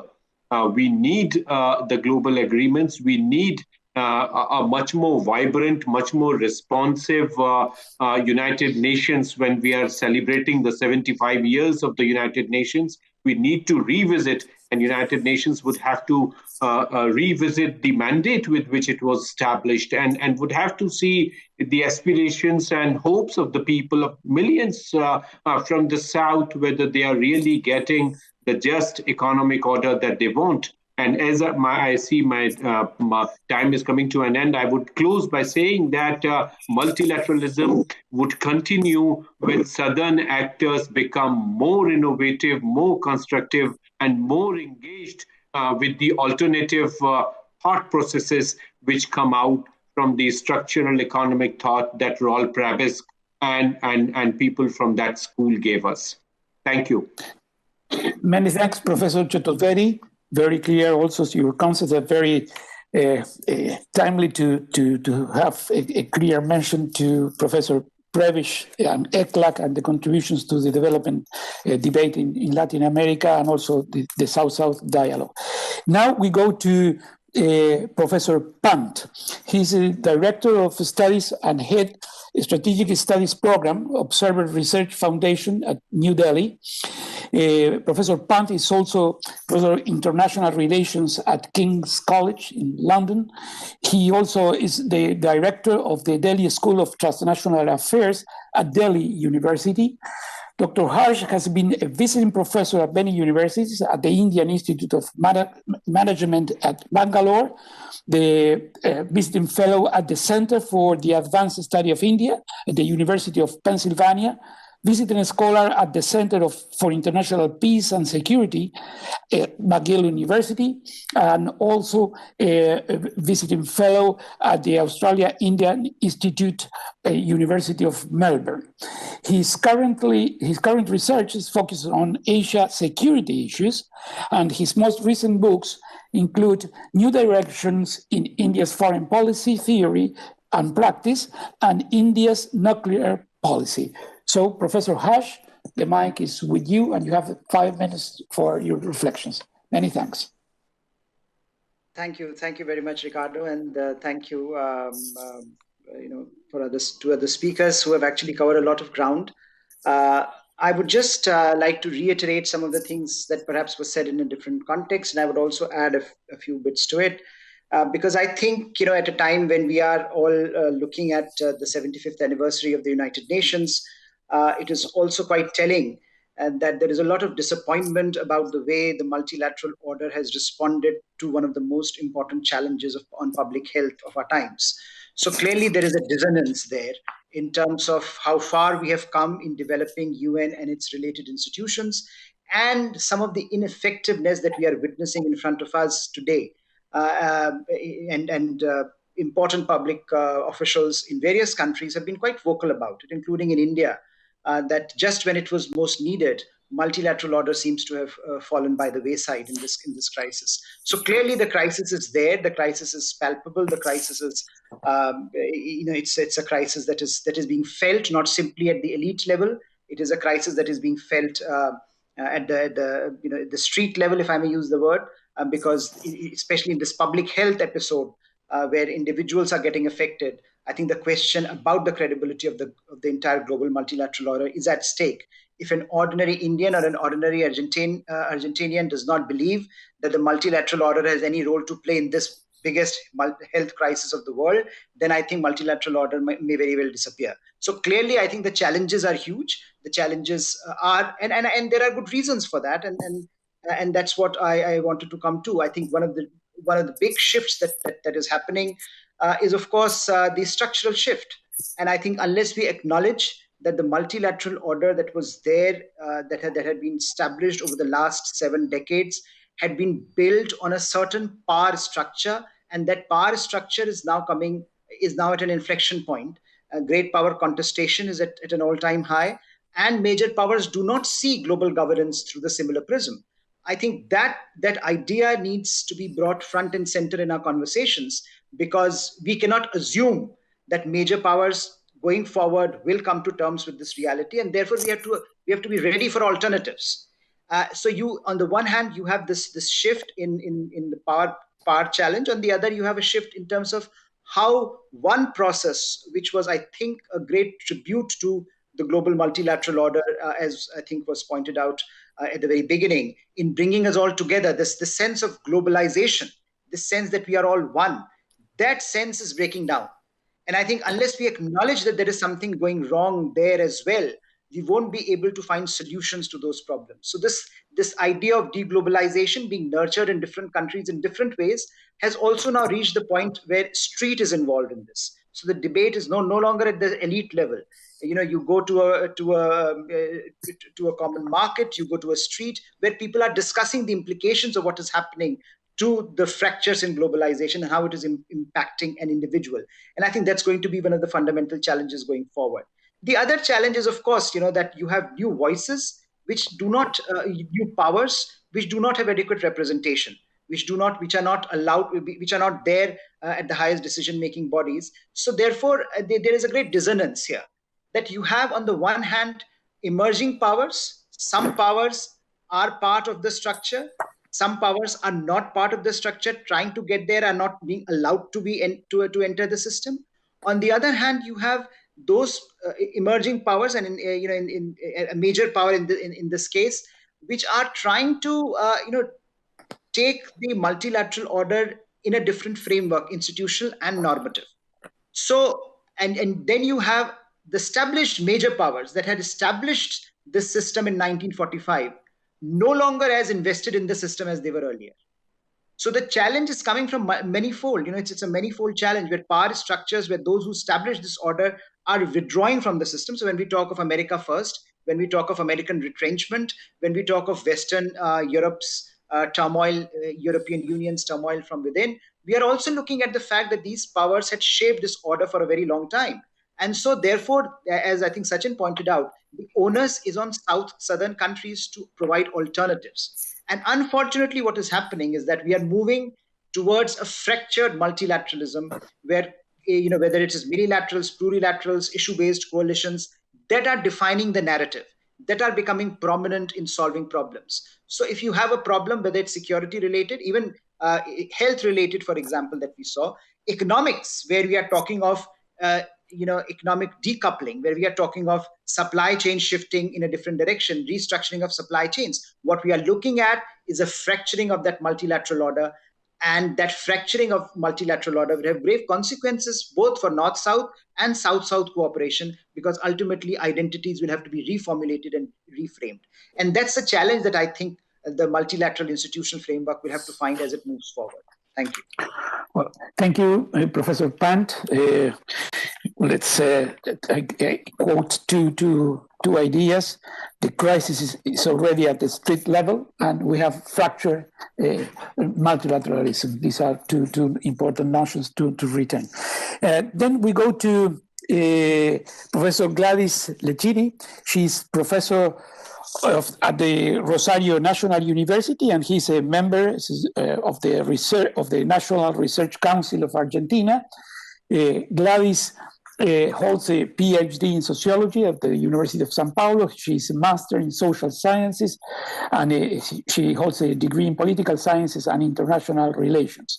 She is the director of the PhD program in international relations at the National University of Rosario, and she is also the director of the School of International Relations in the Faculty of Political Sciences and International Relations in Rosario as well. Gladys, the mic is with you. You have the 5 minutes. Well, I want to thank the two institutions and the Embassy of India for the invitation.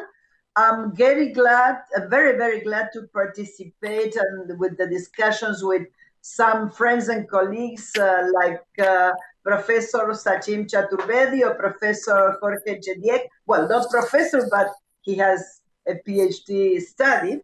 And well, and being the last, in the last panel is quite a complicated situation because everything or almost everything has been said. So I'm just trying, I have a difficult role to trying to summarize the main ideas. Of course, the present multilateral governance system is in crisis, and this is not new. And it has come also in parallel with the reconfiguration of the new world order. Some tendencies or some features were seen more than a decade ago.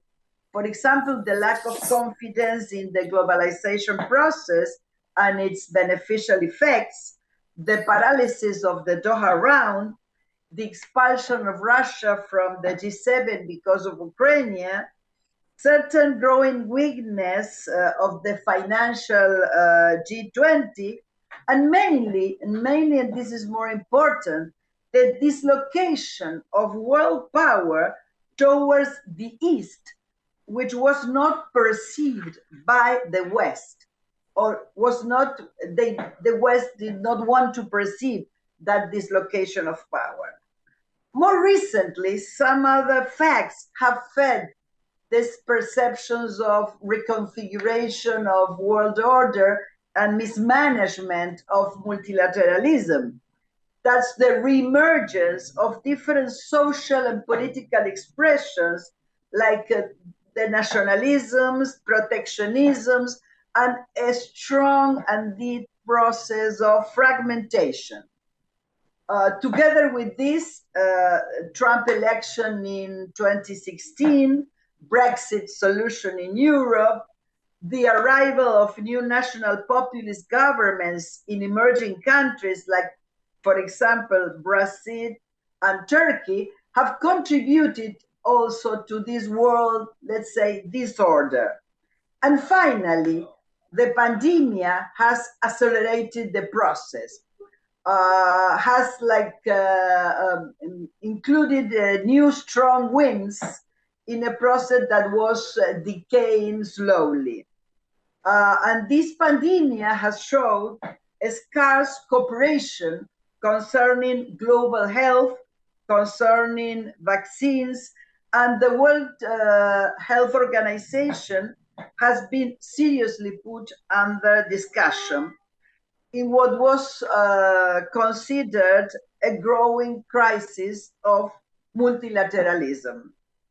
That was the last coup on a discussed multilateralism. But nevertheless, the reinvention of multilateralism is possible, but needs political will. And also because some countries have invested political capital in defending it, and mainly the countries of the South. South cooperation has been one of the and countries leading South-South cooperation are working, promoting multilateralism and a new type of multilateral system. Of course, this new multilateral system also needs the participation of some major powers like China or Russia, or even India, that's in both sides. It's a major power, but also it's a South-South player. So this new world should take into consideration a different share of power with all the emerging actors and the actors of the South to propose a new alternative for a better world would be governed with different rules of the game. Nevertheless, we are aware that this is quite a difficult situation. It's a difficult purpose, and a lot of work has to be done to change what should be, or what it is as it is considered today, an unjust, unfair world. Thank you very much. Sorry about this. I was saying that the point that Gladys made about the reinvention of multilateralism is possible. We have to have into account. Now I invite you to go to the second round, which is having into account the interpretation that we have depicted in our previous round. We may try to now to have a more proactive approach and confront a particular question, which is, what are the potential collective actions that India and Argentina can push forward in the multilateral forums? In which way Argentina and India can work together, and in doing so, it may be useful to sign on the issues of both countries that in the past they have worked together, they have been working together. So we can, let's say, look into the future, taking into account the previous history. That is the question that I invite you to elaborate. Please, now is your turn. Jorge, you have 5 minutes. Thank you very much, Ricardo. I think both India and Argentina are uniquely qualified to become leaders in this reformulation of the international system. On one hand, we have India that has an enormous weight, and also from its fight for independence, a great tradition of trying to change the world order, also symbolized after independence with the participation of Prime Minister Nehru in the Bandung Conference, which is the cry for the South to rebalance the world. And Argentina, has a strong tradition in the 1830s and 40s, being blockaded by the two most powerful countries at the time, the United Kingdom and France, also having a principled position in the Pan American Conference in the 1890s, and also advocating the third position and the neutrality during the war, and the position of President Perón. So both countries have a prestige and weight in the South that endow them to the capabilities of becoming leaders. And speaking from my experience, that leadership is sorely needed. It is because the last years of my career have been here in New York, which is supposedly the epicenter of these negotiations of the formulation of the New World Order. And I have to say I'm extremely disappointed with how the South collectively has engaged with this process. I discussed many times with Dr. Chaturvedi, and I'm very proud one of the achievements I've had in these years is promoting and supporting the organization of the Buenos Aires Plus 40 conference that took place in March of last year in my beloved city. And I was sharing with him that one of my great frustrations is this was a conference from the South, and we, the South, could not put anything new together. We came with proposals that were agreed language of documents from the 1970s and 1980s, many of which are not directly relevant to the realities of the day, and certainly they are not the vehicle for a new agenda for the South. So basically, if we are going to dwell in archaeology, proposing a change in the global architecture without taking into account all the changes in balances of power, we're talking about many issues, and then two countries of the G77 sent probes to the moon last year. So, I mean, it's a different world, and we have not adapted the positioning of the South to that. In that context, I make a very, I will use a very coarse expression. Clemenceau, the Prime Minister of France at the time, said, war is too important to be left to the generals.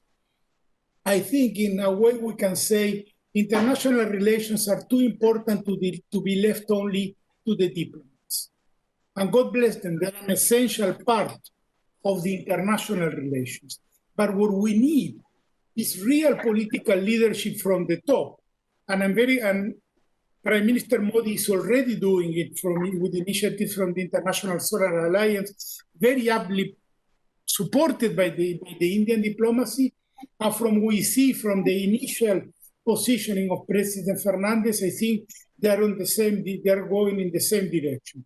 So what I would advocate is for countries like India and Argentina working together, thinking outside the box, and put these ideas on the table in the spaces they share, be them the global spaces such as the United Nations, spaces like the G20, where there is a lot of advanced collaboration, but maybe they can jump further, and particularly in the non-aligned movement and the G77.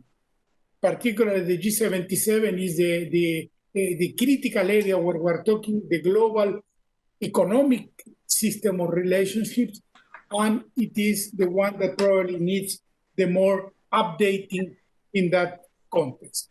So from my part, I will be completing my career in the next 2 months. I will go back to my beloved country and look forward to working with you in helping our countries generate those ideas, because from the ideas, we will be able to change the world if those ideas are bought in by the politicians, by the leaders of our countries. And I think in the case of Argentina and India, at this time, we have the right configuration for the two countries to become leaders in this process. Thank you. Thank you, Jorge. Now we move to Professor Chaturvedi.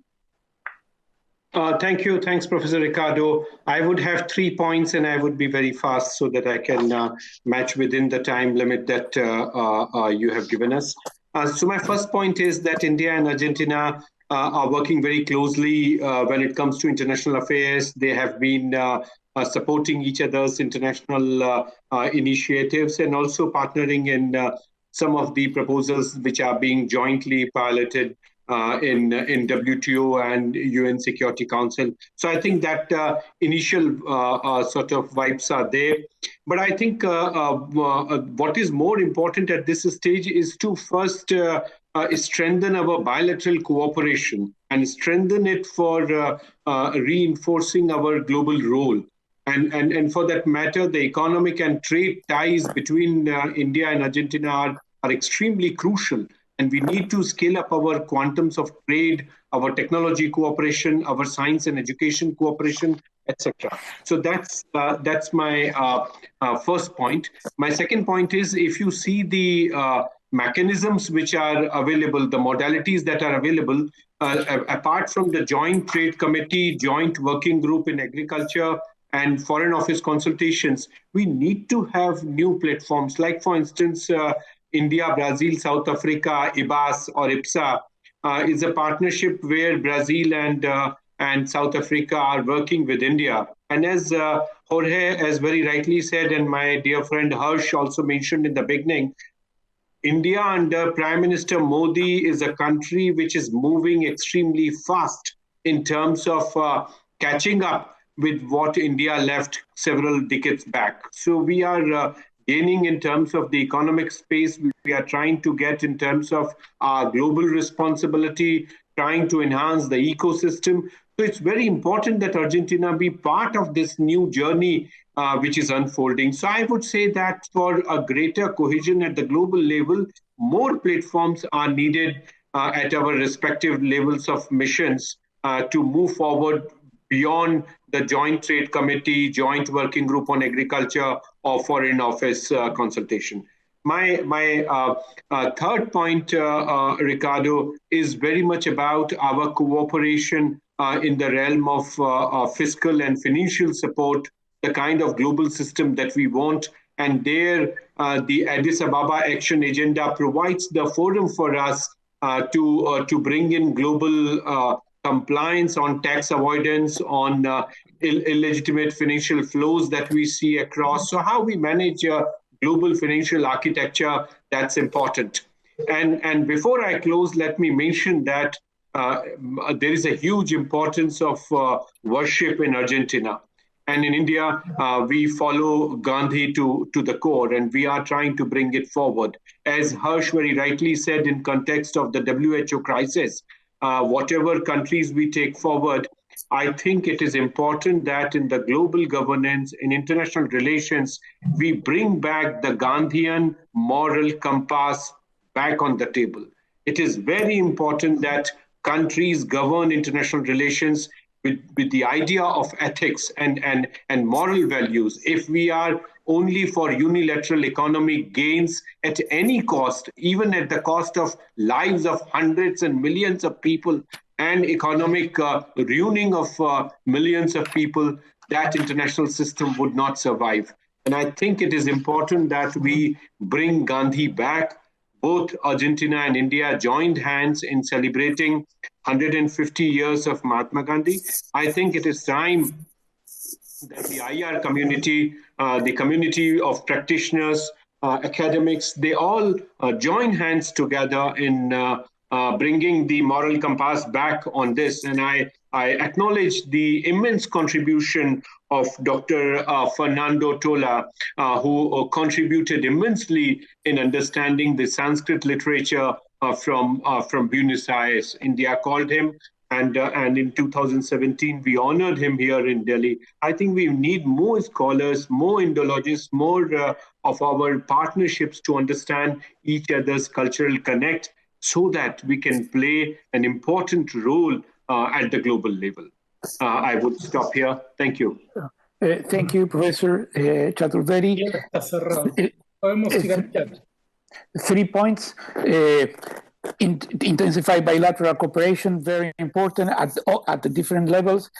Second, you mentioned the issue of Brazil, and I need to bring back the idea of Mercosur. Argentina forms part of Mercosur, so you have there an instance. And your third point, global tax cooperation, very important. We have already a format in order to work with that, so there is plenty of room for doing things at this level. And finally, a very important point about moral values. Now we move to our next panelist, Professor Pant, please.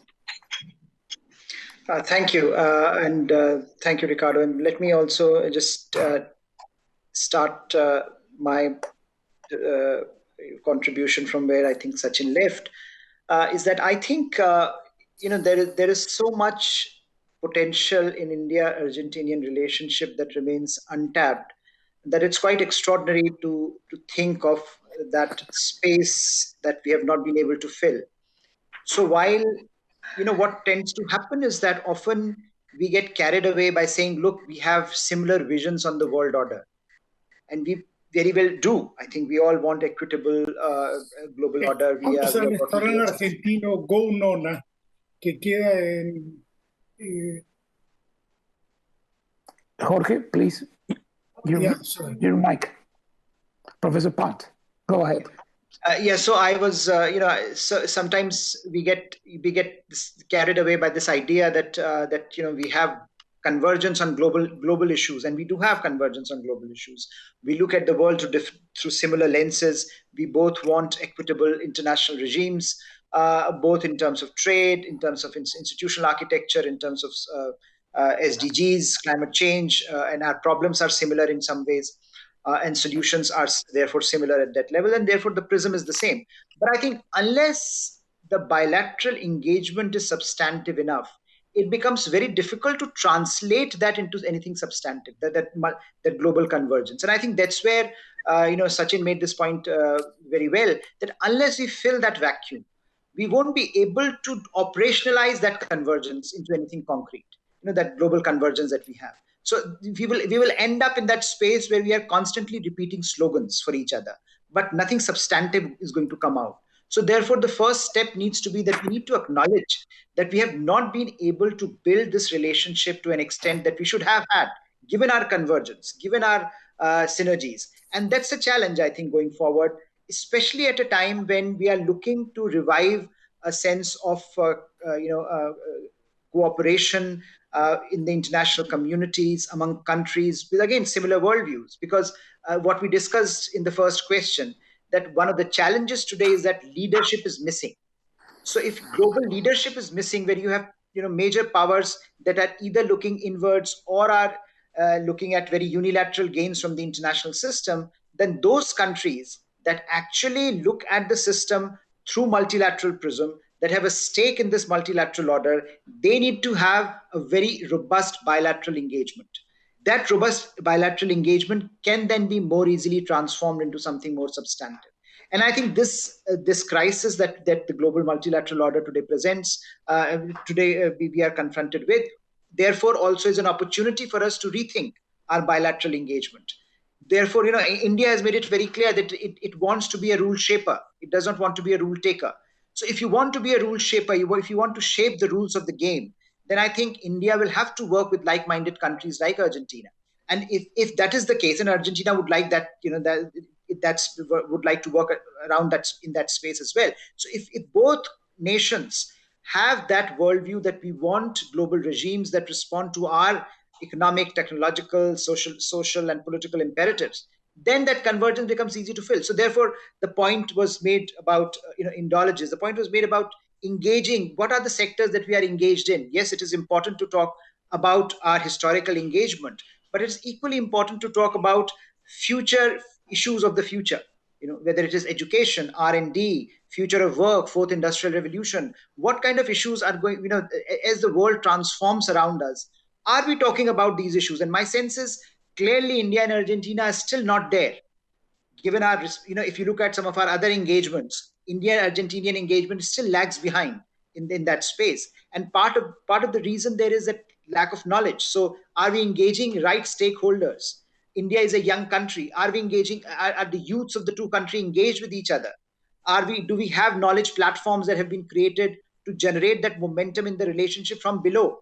I think diplomats can only do so much. Diplomats can project a sense of convergence from the top, but unless relationships are driven from the bottom, it becomes very difficult to sustain them. So has that been done? And if that has not been done, then I'm afraid, despite our rhetorical convergence, we won't be able to translate it into anything meaningful. And that will be a pity, because that will be something that all of us, I think, clearly want to avoid, given that the convergence across spectrums, whether we are looking at the immediate challenge of public health and economic revival, where again, India and Argentina, countries like India and Argentina will have to work together within a certain framework, or we are looking at SDGs, climate change, urbanization, or we are looking at broader structural changes, Security Council, global financial architecture, what kind of counter-terror measures do the countries need, what kind of maritime security countries require. I think all of those regimes that are being created, whether it is about emerging strategic technologies, India and Argentina, if they need to work together, then I think the first imperative is to start enhancing their bilateral engagement in a much, much more significant manner than we have been able to do so far. Thank you.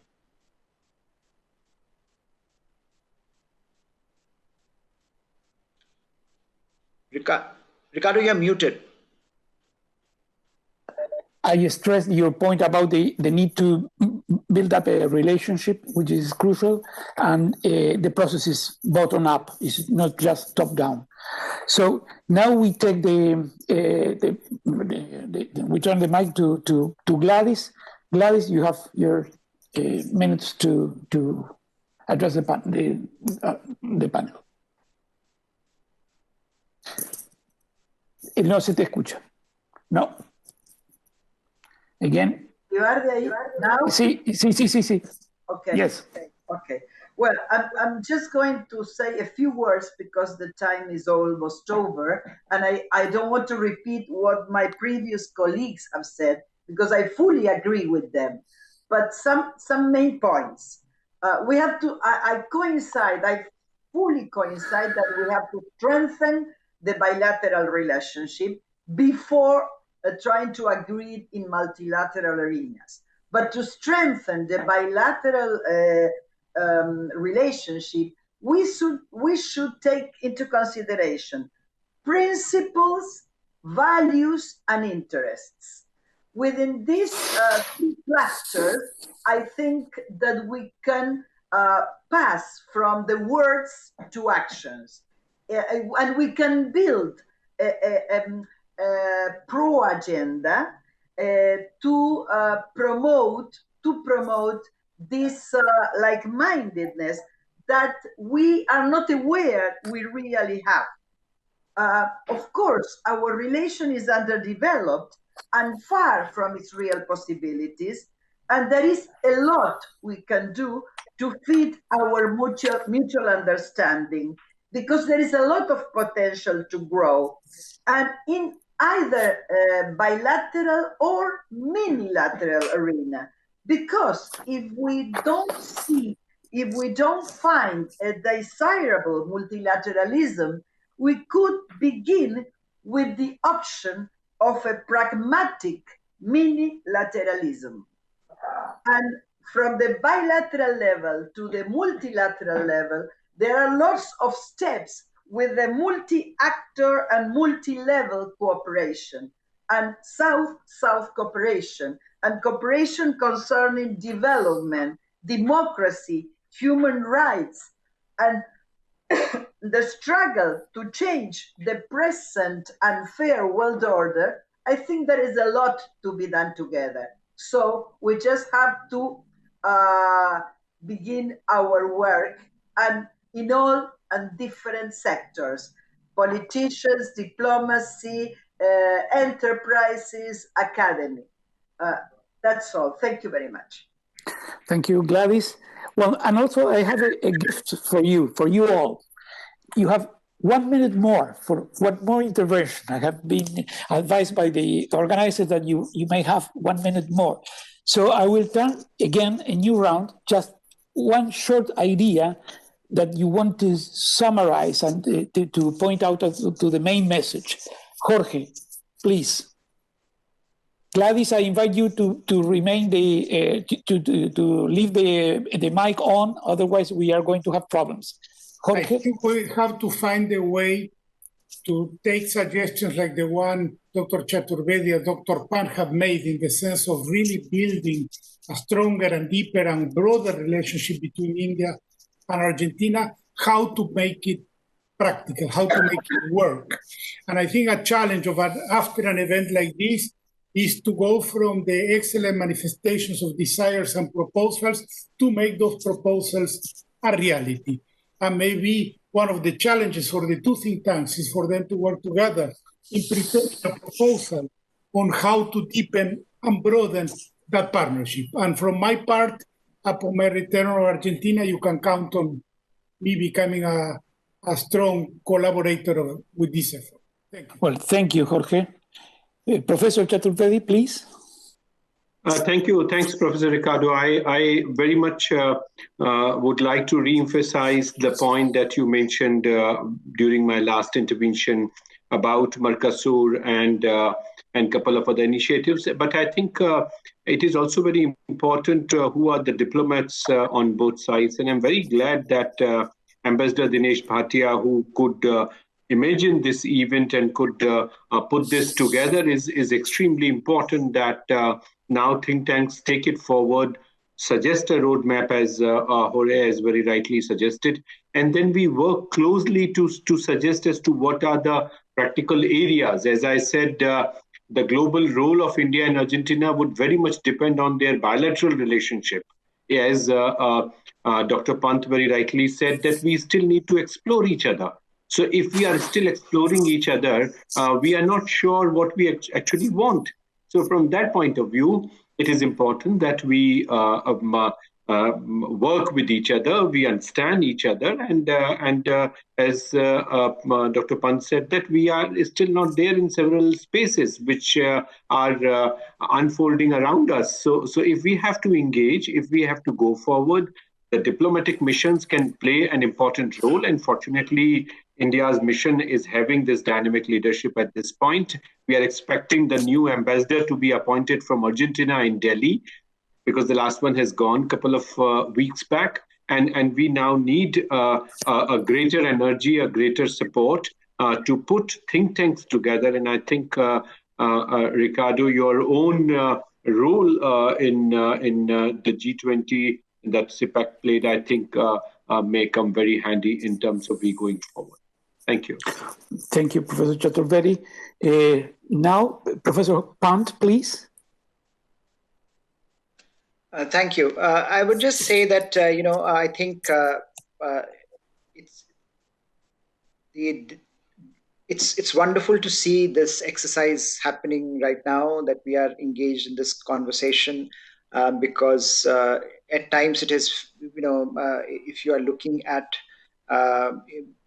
Latin America from India, then it seems far off, and we tend to often in our foreign policy framework, and there is a sense that we have partners there, but there is it takes time to reach there. So perhaps the issues, the convergences, don't actually can be operationalized that easily as perhaps it's being done elsewhere.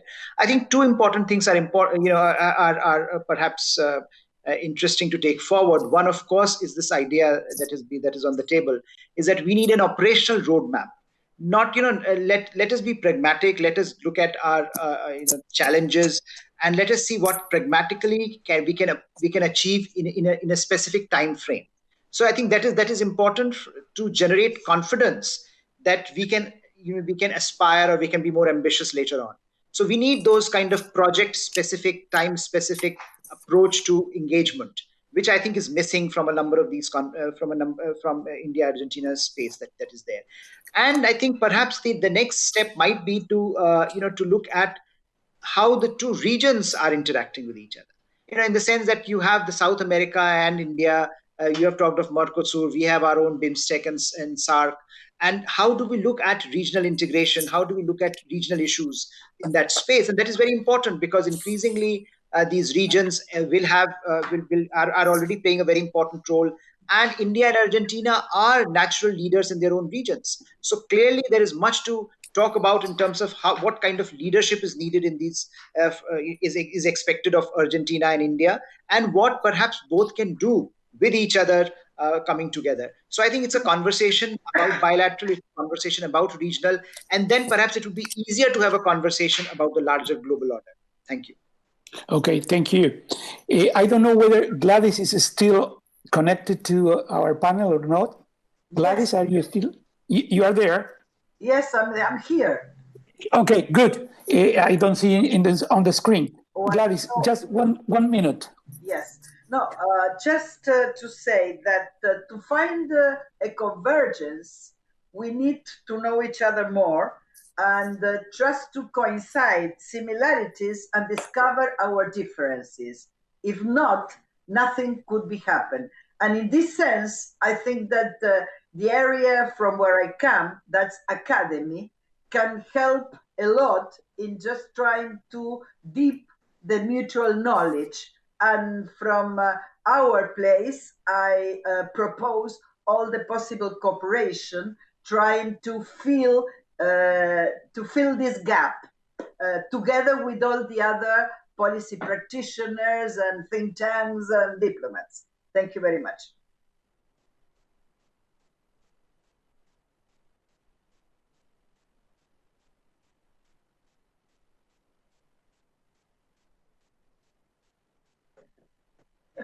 No, it is. Let me wrap up by strengthening one conclusion that I think is clear from the discussion. First, the need to build up a relationship to strengthen the bilateral and to know each other more. The two countries need to work together. Third, the point that Professor Pant was mentioning, the need to have an operational roadmap. And fourth, the point that Gladys was mentioning. This is an activity of the T20, I mean think tanks. So I think that think tanks as an expression of the civil society have a lot to play in this kind of work, because we need to do some research on each other's region. We need to know better.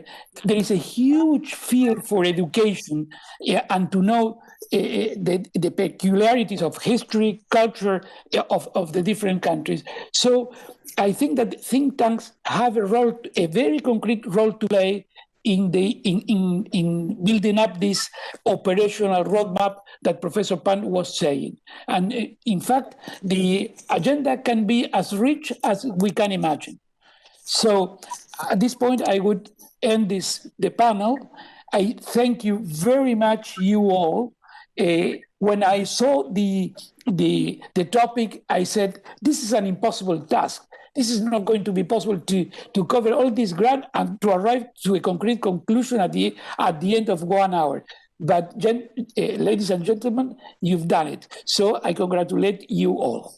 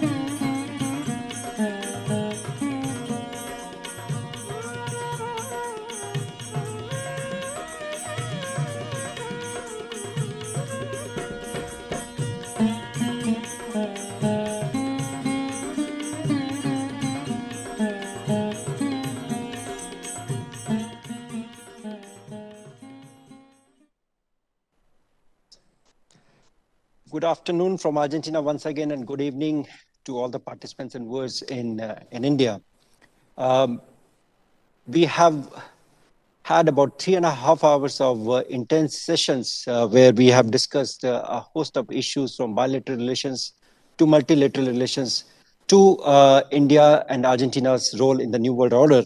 And of course, several ideas have come up today in this 3 hours of discussion among the experts, think tank people, academia. And if I start from agriculture, traditional sectors of exports, rule-based multilateralism, technology of all kinds, including artificial intelligence, climate change, exports, labor markets, there are a whole lot of issues which have come up for discussion today.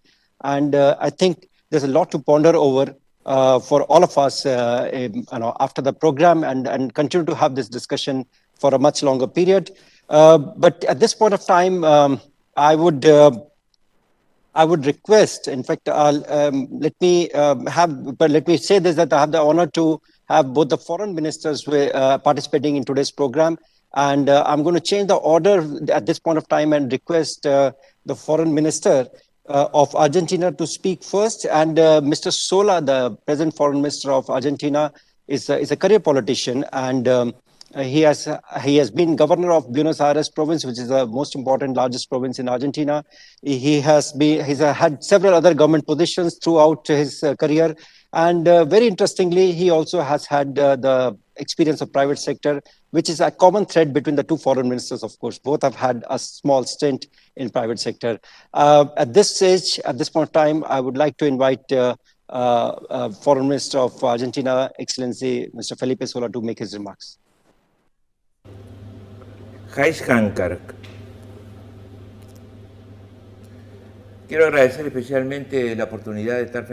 appreciate the opportunity to be in front of you. Originated at the invitation of CIPPEC through Julia Palmares.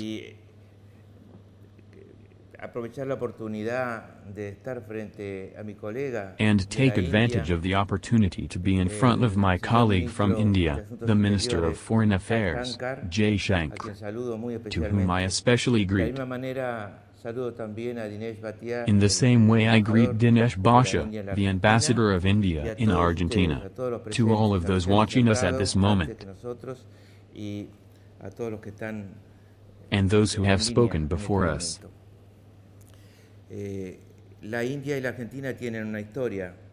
India and Argentina have a history of admiration and affection on the part of our country for this millenary culture. On the other hand, India, besides being an ancient culture, is considered world power country. The sixth regarding GDP, in global GDP, and their level of growth is very high, normally or usually linked to knowledge.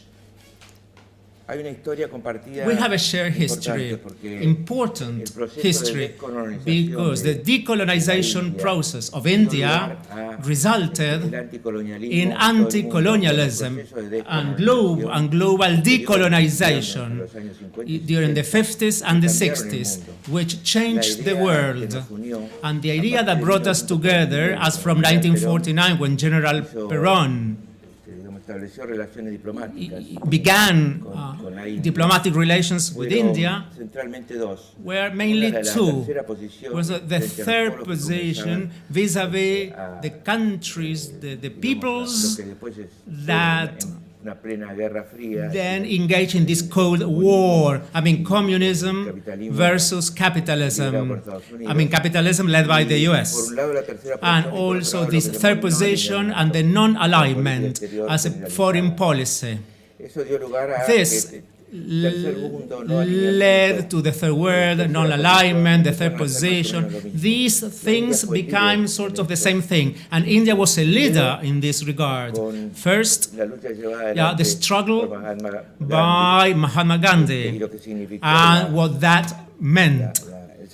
And his sacrifice, and his impressive legacy to the rest of the world, to every country, and that influence on decolonization. Secondly, Pandit Nehru was one of the leaders, maybe one of the most relevant leaders of non-alignment. And from him, we have taken many, many ideas. From the point of view of culture, given the huge millennium cultural wealth, Ricardo Rojas, an Argentinian writer who wrote The Saint of the Sword, I mean, that's San Martin, Ricardo Guiraldes, the writer of Don Segundo Sombra, Victorio Campo, another writer, and Jorge Luis Borges, another writer, came close to India and traveled, especially Ricardo Guiraldes, traveled to India and took from the Indian culture very remarkable elements that they introduced into their literature, into their works. Victoria Ocampo, as we see in her pictures, is seen in Argentina side by side with Rabindranath Tagore, and Jorge Luis Borges wrote a short story influenced by Tagore's presence, and he established some similarities between River Plate and the Ganges Delta. This Hinduism, or no, the Indian attractiveness, has been present in all of our cultural relationships and links. And I think I have mentioned culture and I have mentioned politics. That's because they are very strong links, very important to be taken into account when we envisage the future with other countries, with another power, which keeps growing and might become the first world on the planet regarding population. India is also an example of a sustained democracy, a nation with many different ethnic groups, many different languages, different ways of thinking, and they all live together side by side. I'm not saying that they don't have problems, but they can live happily within this huge territory. Development, nuclear development, the development of the pharma industry, energy industry, the development of knowledge industry is all related to our incipient development in these realms. And there are some points I would like to underscore, which I find very interesting. I don't want to forget to mention that the award given to Raúl Prebisch, the first economist in Argentina, who very profusely wrote many articles and books, spoke about industrialism, state intervention in the economy, upheld the difference between terms of trade as key issues back in the 60s. And The Economist was given an award, a Nehru Award, because of India. Yeah, that's the reason for the name. And the name was Jawaharlal Nehru Award for International Understanding. And that award was given to conceptual work written by Raoul Prebisch. So it's good to remember the legacy, his ideas, which remain alive. And India has supported this. We have shared legacies after 71 years of diplomatic relations and, of course, more years of general relations. We have social, political, cultural legacies and links left down by extraordinary men and women. And I would like to mention some of these legacies. First, both countries have an engagement to deepen dialogue within the UN system, to strengthen multilateral bodies which have been gone under questioning recently. We hope this is over in the near future in this complex world. We have a strong desire to tackle global challenges resorting to multilateralism, and we want to reflect the interest of both countries regarding multilateral agendas. We have worked in favor of decolonization around the world, and India has traditionally supported Argentina's claims against the UK regarding the Falklands Islands, the Malvinas Islands, regarding negotiations regarding sovereignty on these islands, as well as the Georgia Islands and the Southern Sandwich, as well as the maritime areas. India has always supported Argentina's position within the Decolonization Commission and the UN General Assembly. Also, as countries member of the G20, we have tried to find consensus positions. We have tried to get international funding for infrastructure works. And we want these infrastructure works. We create a lot of labor. You know, this should be a form, a way to have a contra-cyclical impact on the economies that were under stress. And both countries agree that this international funding is fundamental as an economic counter-cyclical measure. We agree that within the G20, and India has supported us. We also share the idea that the state should play an active role. The discussion of the limits on this active role has to do who produces, who exports, who imports. Well, the private sector. So what should we do? We should help the private sector and sometimes regulate so that competition is as healthy as possible, so that no one needs damage. Consumers especially, we should also regulate the financial sector. And India has also given support to us in this regard. We have gambled on the development of traditional sectors, car making, pharma, agribusiness in Argentina, but we promote with India space, nuclear technology, and knowledge technologies, as I said, and we both have highly skilled human resources. That's why we have entered into strategic alliance for 1 year. That means we look the future in a similar way, and we consider each other quite similar regarding the future. This future. We have had political consultation meetings, quite a few meetings throughout the years. The last, this October, on the 20th, there was 30 years of political meetings. The peaceful use of nuclear energy, that's another key topic. We have a mixed committee for the implementation of the framework agreement. We signed it in 2010, and INVAP has joint projects for a molybdenum plant in Mumbai. we have space cooperation between the Argentinian and the Indian space agencies, and we have signed agreements. We cooperate in animal biotechnology, and we will put in motion the Indo-Argentinian excellence for IT technology.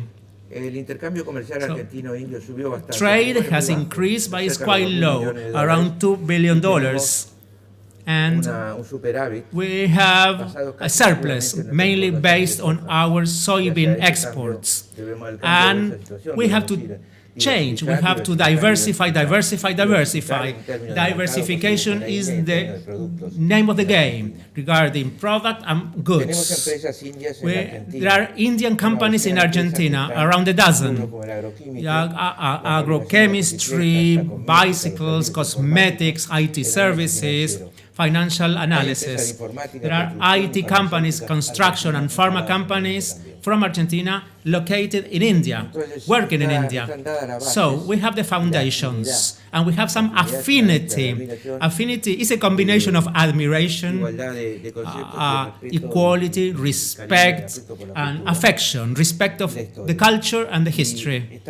And we have these foundations on which we can improve and deepen our bilateral relationships and diversify our exports. And we have to accept a change in Chinese imports, because we cannot use the hands to push imports and receive exports. So it's a tit for tat. South-South cooperation and relations will be benefited by increasing the strength of our relationships. No doubt about that. And also, I would like to add regarding the farming sector, agriculture, we have an interest in agro-technological cooperation, including transfer based on Argentinian know-how, extensive crops and farming, and the possibility that Argentinian experts might develop in India one of the most developed agricultures, like Argentina, like the Pampas, especially extensive crops. In Argentina, we have the 8th unconventional oil field and the 2nd for gas, and the 3rd biggest lithium reserve in the world, 750,000 square kilometers of high performance and high potential areas, especially related to solar energy in the Cuyan area. And this has to be a key element for the settlement of Indian firms in Argentina. We have a great export base for technological goods, from India to Latin America, and we can be the hub for India to export to the rest of Latin America. And so you have capital, IT, car parts, steel, food. We have detected markets, and India can export to these countries through Argentina, which is good for both of us. In order to make progress in these goals, towards these goals, what I call this mutual legacy, affinity, familiarity, that's fundamental. We have just made a decision regarding the embassy in India, and we are expecting a lot from the new embassy. Mr. Hugo Gobi, His Excellency Hugo Gobi. He has lots of experience coming from Australia, so he comes from Australia to New Delhi. So I would like to wrap up by saying thank you. Thank you for this opportunity. Thank you for this event, because we are speaking about a country with a lot of history and with a big future. A country famous for its spirituality, customs, habits, and also because it's a nuclear power. I would like to thank my colleague, the External Affairs Minister of India. I would like to thank CIPPEC, Inés Batiá especially, and a friend. And I would like to say that we take into account, we fully take into account everything I have just said. We have lots of different paths ahead in order to increase Argentinian exports, in order for these exports to be based on human resources, in order to attain the growth of knowledge, economy. And for us, Argentina is key. Thank you. Thank you, Excellency Foreign Minister of Argentina, Mr. Sola. Thank you for the overview that you have given about India-Argentina relations, which started even before India became an independent country. And of course, you talked about knowledge economy. You talked about, you of course traced the entire history of the relations between India and Argentina. And you also mentioned diversification of trade, which I think is on the agenda of both countries. And both countries are striving to do that, to diversify trade. But of course, trade as such has been doing rather well. In the year 2019-20, India-Argentina bilateral trade touched a new peak of $3.09 billion US. And of course, 3/4 of this amount was Argentina's export to India, and 1/4 was approximately India's exports to Argentina. The good news is that in spite of the lockdown due to the pandemic, which started in both the countries in the month of March, the trade between both the countries has continued to go up. And if I look at the figures of the first 9 months of 2020, the trade has gone up by more than 11%. And this is very notable because the trade in general globally, and in particular for Argentina, has fallen. But with India, Argentina has continued to grow in terms of trade, whether it's export as well as imports. So these are very positive signals between, as far as the relationship between India and Argentina is concerned. I would also like to mention, before I invite the Foreign Minister of India, that the relationship is very special, and the Prime Minister of India took a special exception to tweet to congratulate on the victory of President Alberto Fernandez last year after the elections in October 2019 in Argentina. And President Alberto Fernandez was prompt enough to respond immediately on the Twitter, and a relationship thus was established, though they have not met personally, and I hope that they meet as soon as possible. From here, I would like to move on to invite the Foreign Minister of India, His Excellency Mr. Dr. Jaishankar. Dr. Jaishankar has had a distinguished and exemplary career in diplomatic service of India, Indian Foreign Service, and he took over as the Foreign Minister of India in 2019 after the second term of Prime Minister Modi was mandated by the people of India. Dr. Jaishankar has served as ambassador to various countries, including US, China, Singapore, and Czech Republic, besides having done other assignments in various foreign countries. I request Excellency Dr. Jaishankar to make his remarks. Colleagues, participants, and friends, let me begin by commending the efforts of all the institutions that have participated in today's event, led by RIS on the Indian side and CIPPEC on the Argentine side.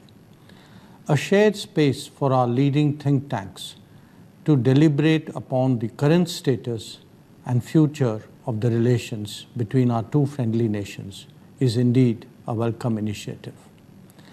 In today's discussions, we have heard an exhaustive analysis of the current status of the bilateral relationship between the two strategic partners, as well as the roles envisaged for them in the new world order.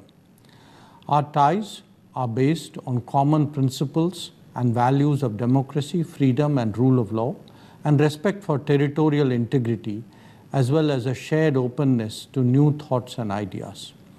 Over the 7 decades of our cooperation, there has been an increasing awareness of our similarities, as well as the need to engage more deeply. Recent years have witnessed a notable upswing in high-level interactions and considerable progress across several sectors. As vibrant democracies, we have also nurtured strong bonds of friendship between our parliaments. In 2019, the bilateral cooperation was elevated to a strategic partnership when we also commemorated 70 years of our diplomatic relationship. In the last 10 years, we have witnessed bilateral trade more than doubling to over $3 billion. This trend continued this year, undeterred by the pandemic and its consequent disruptions. The robust economic relationship is further bolstered by the presence of several Indian companies in Argentina and vice versa in India. I'm happy to note that the Joint Trade Committee held a meeting last month after a gap of almost 3 decades. The recent formation of an India-Argentina Business Council in Buenos Aires is a commendable initiative. However, there remains unexplored complementarities and untapped potential for increasing engagement in fields like agriculture, mining and minerals, oil and gas, pharmaceuticals, chemicals, and automotives. Our countries are agricultural powerhouses in their respective regions. Our cooperation in this area can extend beyond increasing exports and market access to each other's products to collaboration in edible oils, agricultural machinery, and fertilizers. Argentina can indeed be an important partner for India's energy security, especially in the oil and gas sector. With Argentina joining the International Solar Alliance in 2019, an important first step was taken for cooperation in renewable energy. Large reserves of minerals, including lithium in Argentina, complements the large appetite for metals and minerals across various sectors in India, including crucial ones like e-vehicles. The health and pharmaceutical sector has come in the spotlight recently in the context of the pandemic. As the pharmacy of the world, India was able to provide assured supplies of high-quality pharma products in difficult circumstances, in addition to giving life-saving medicines and protective gear to around 150 countries, 27 of them in Latin America and the Caribbean region.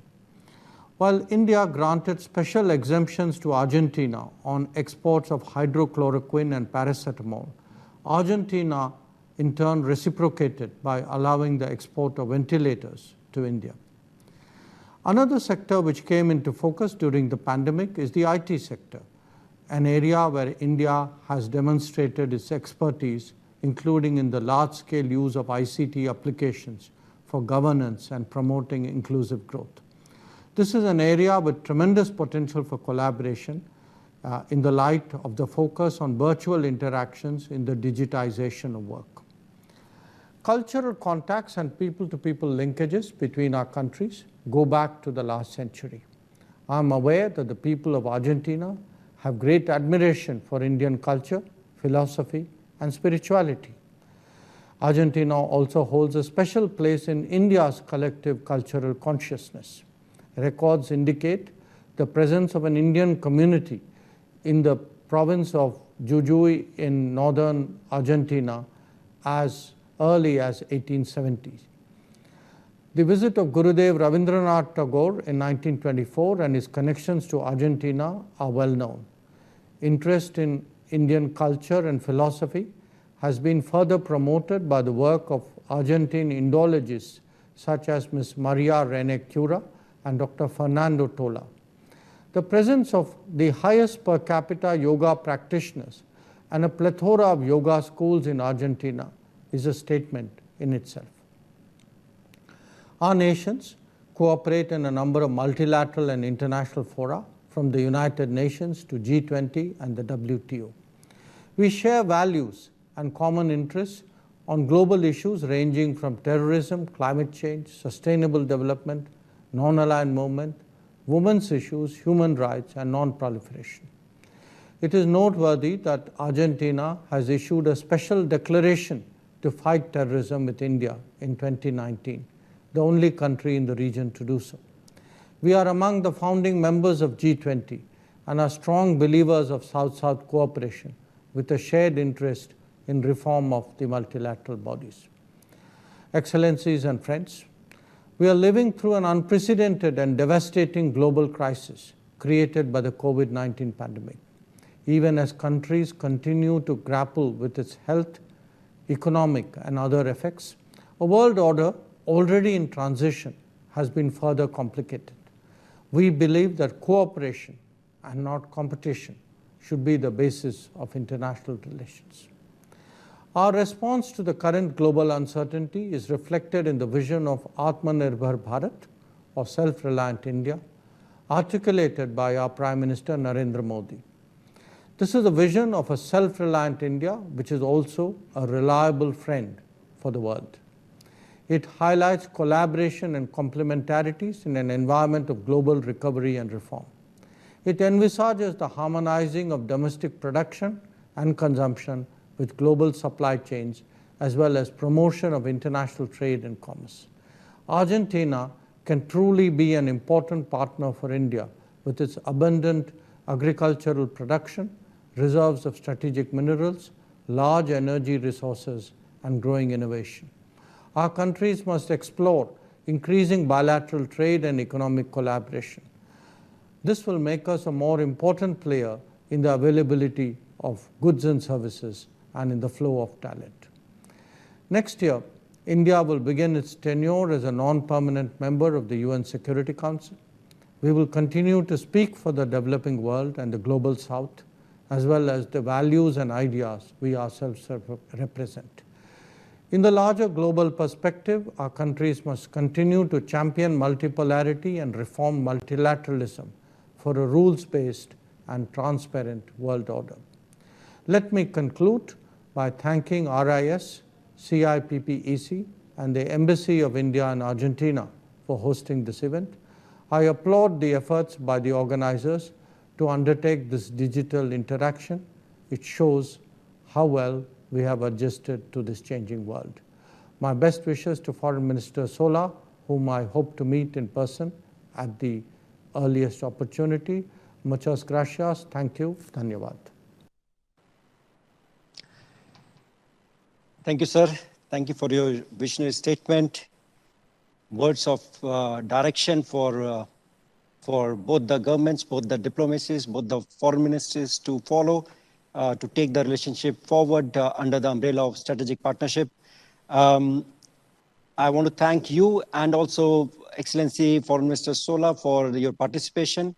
And I also want to mention the names of the participants who were able to take out time in spite of the 8.5-hour time difference between the two countries. They were able to take out time. Some people early morning in Argentina and some late evening in India to participate in this first ever program of its own kind, where we had participation, a huge participation of a galaxy of distinguished speakers from India, including Professor Sachin Chaturvedi, DG of RIS, Dr. Raghavan, the DG of Indian Council of World Affairs, ICWA, Professor Sunanda Sen, former professor of JNU, Sabyasachi Saha is a professor with RIS again, Dr. Rajat Kathuria, director of ICRIER, Dr. Urvashi Eneja, founder director of Tandem Research, and Professor Harsh Pant from ORF.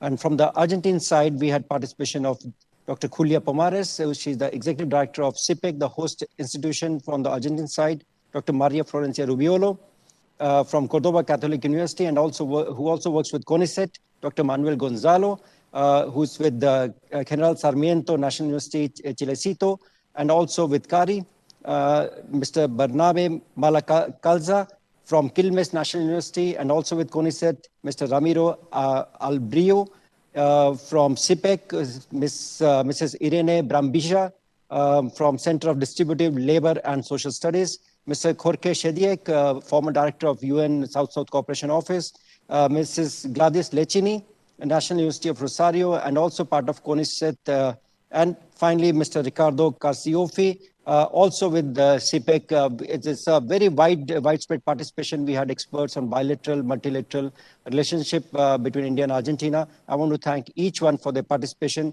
but I would be remiss if I do not thank my own team at the embassy, as well as the teams at RIS and CIPPEC, who struggled for last about a week to make this happen, because the technical challenges were humongous to overcome, because we wanted to have live feed in English as well as in Spanish at the same time, simultaneous feeds. It was not an easy task, but I want to thank all my team members and RIS and CIPPEC for their participation and for their support. And last but not the least, I want to thank all the audience for their participation, for sparing their time to participate in this event, in this program. Thank you, everyone. Good morning, good afternoon once again from Argentina. Good evening, good night to all the participants in India. Namaskar, dhanyavad.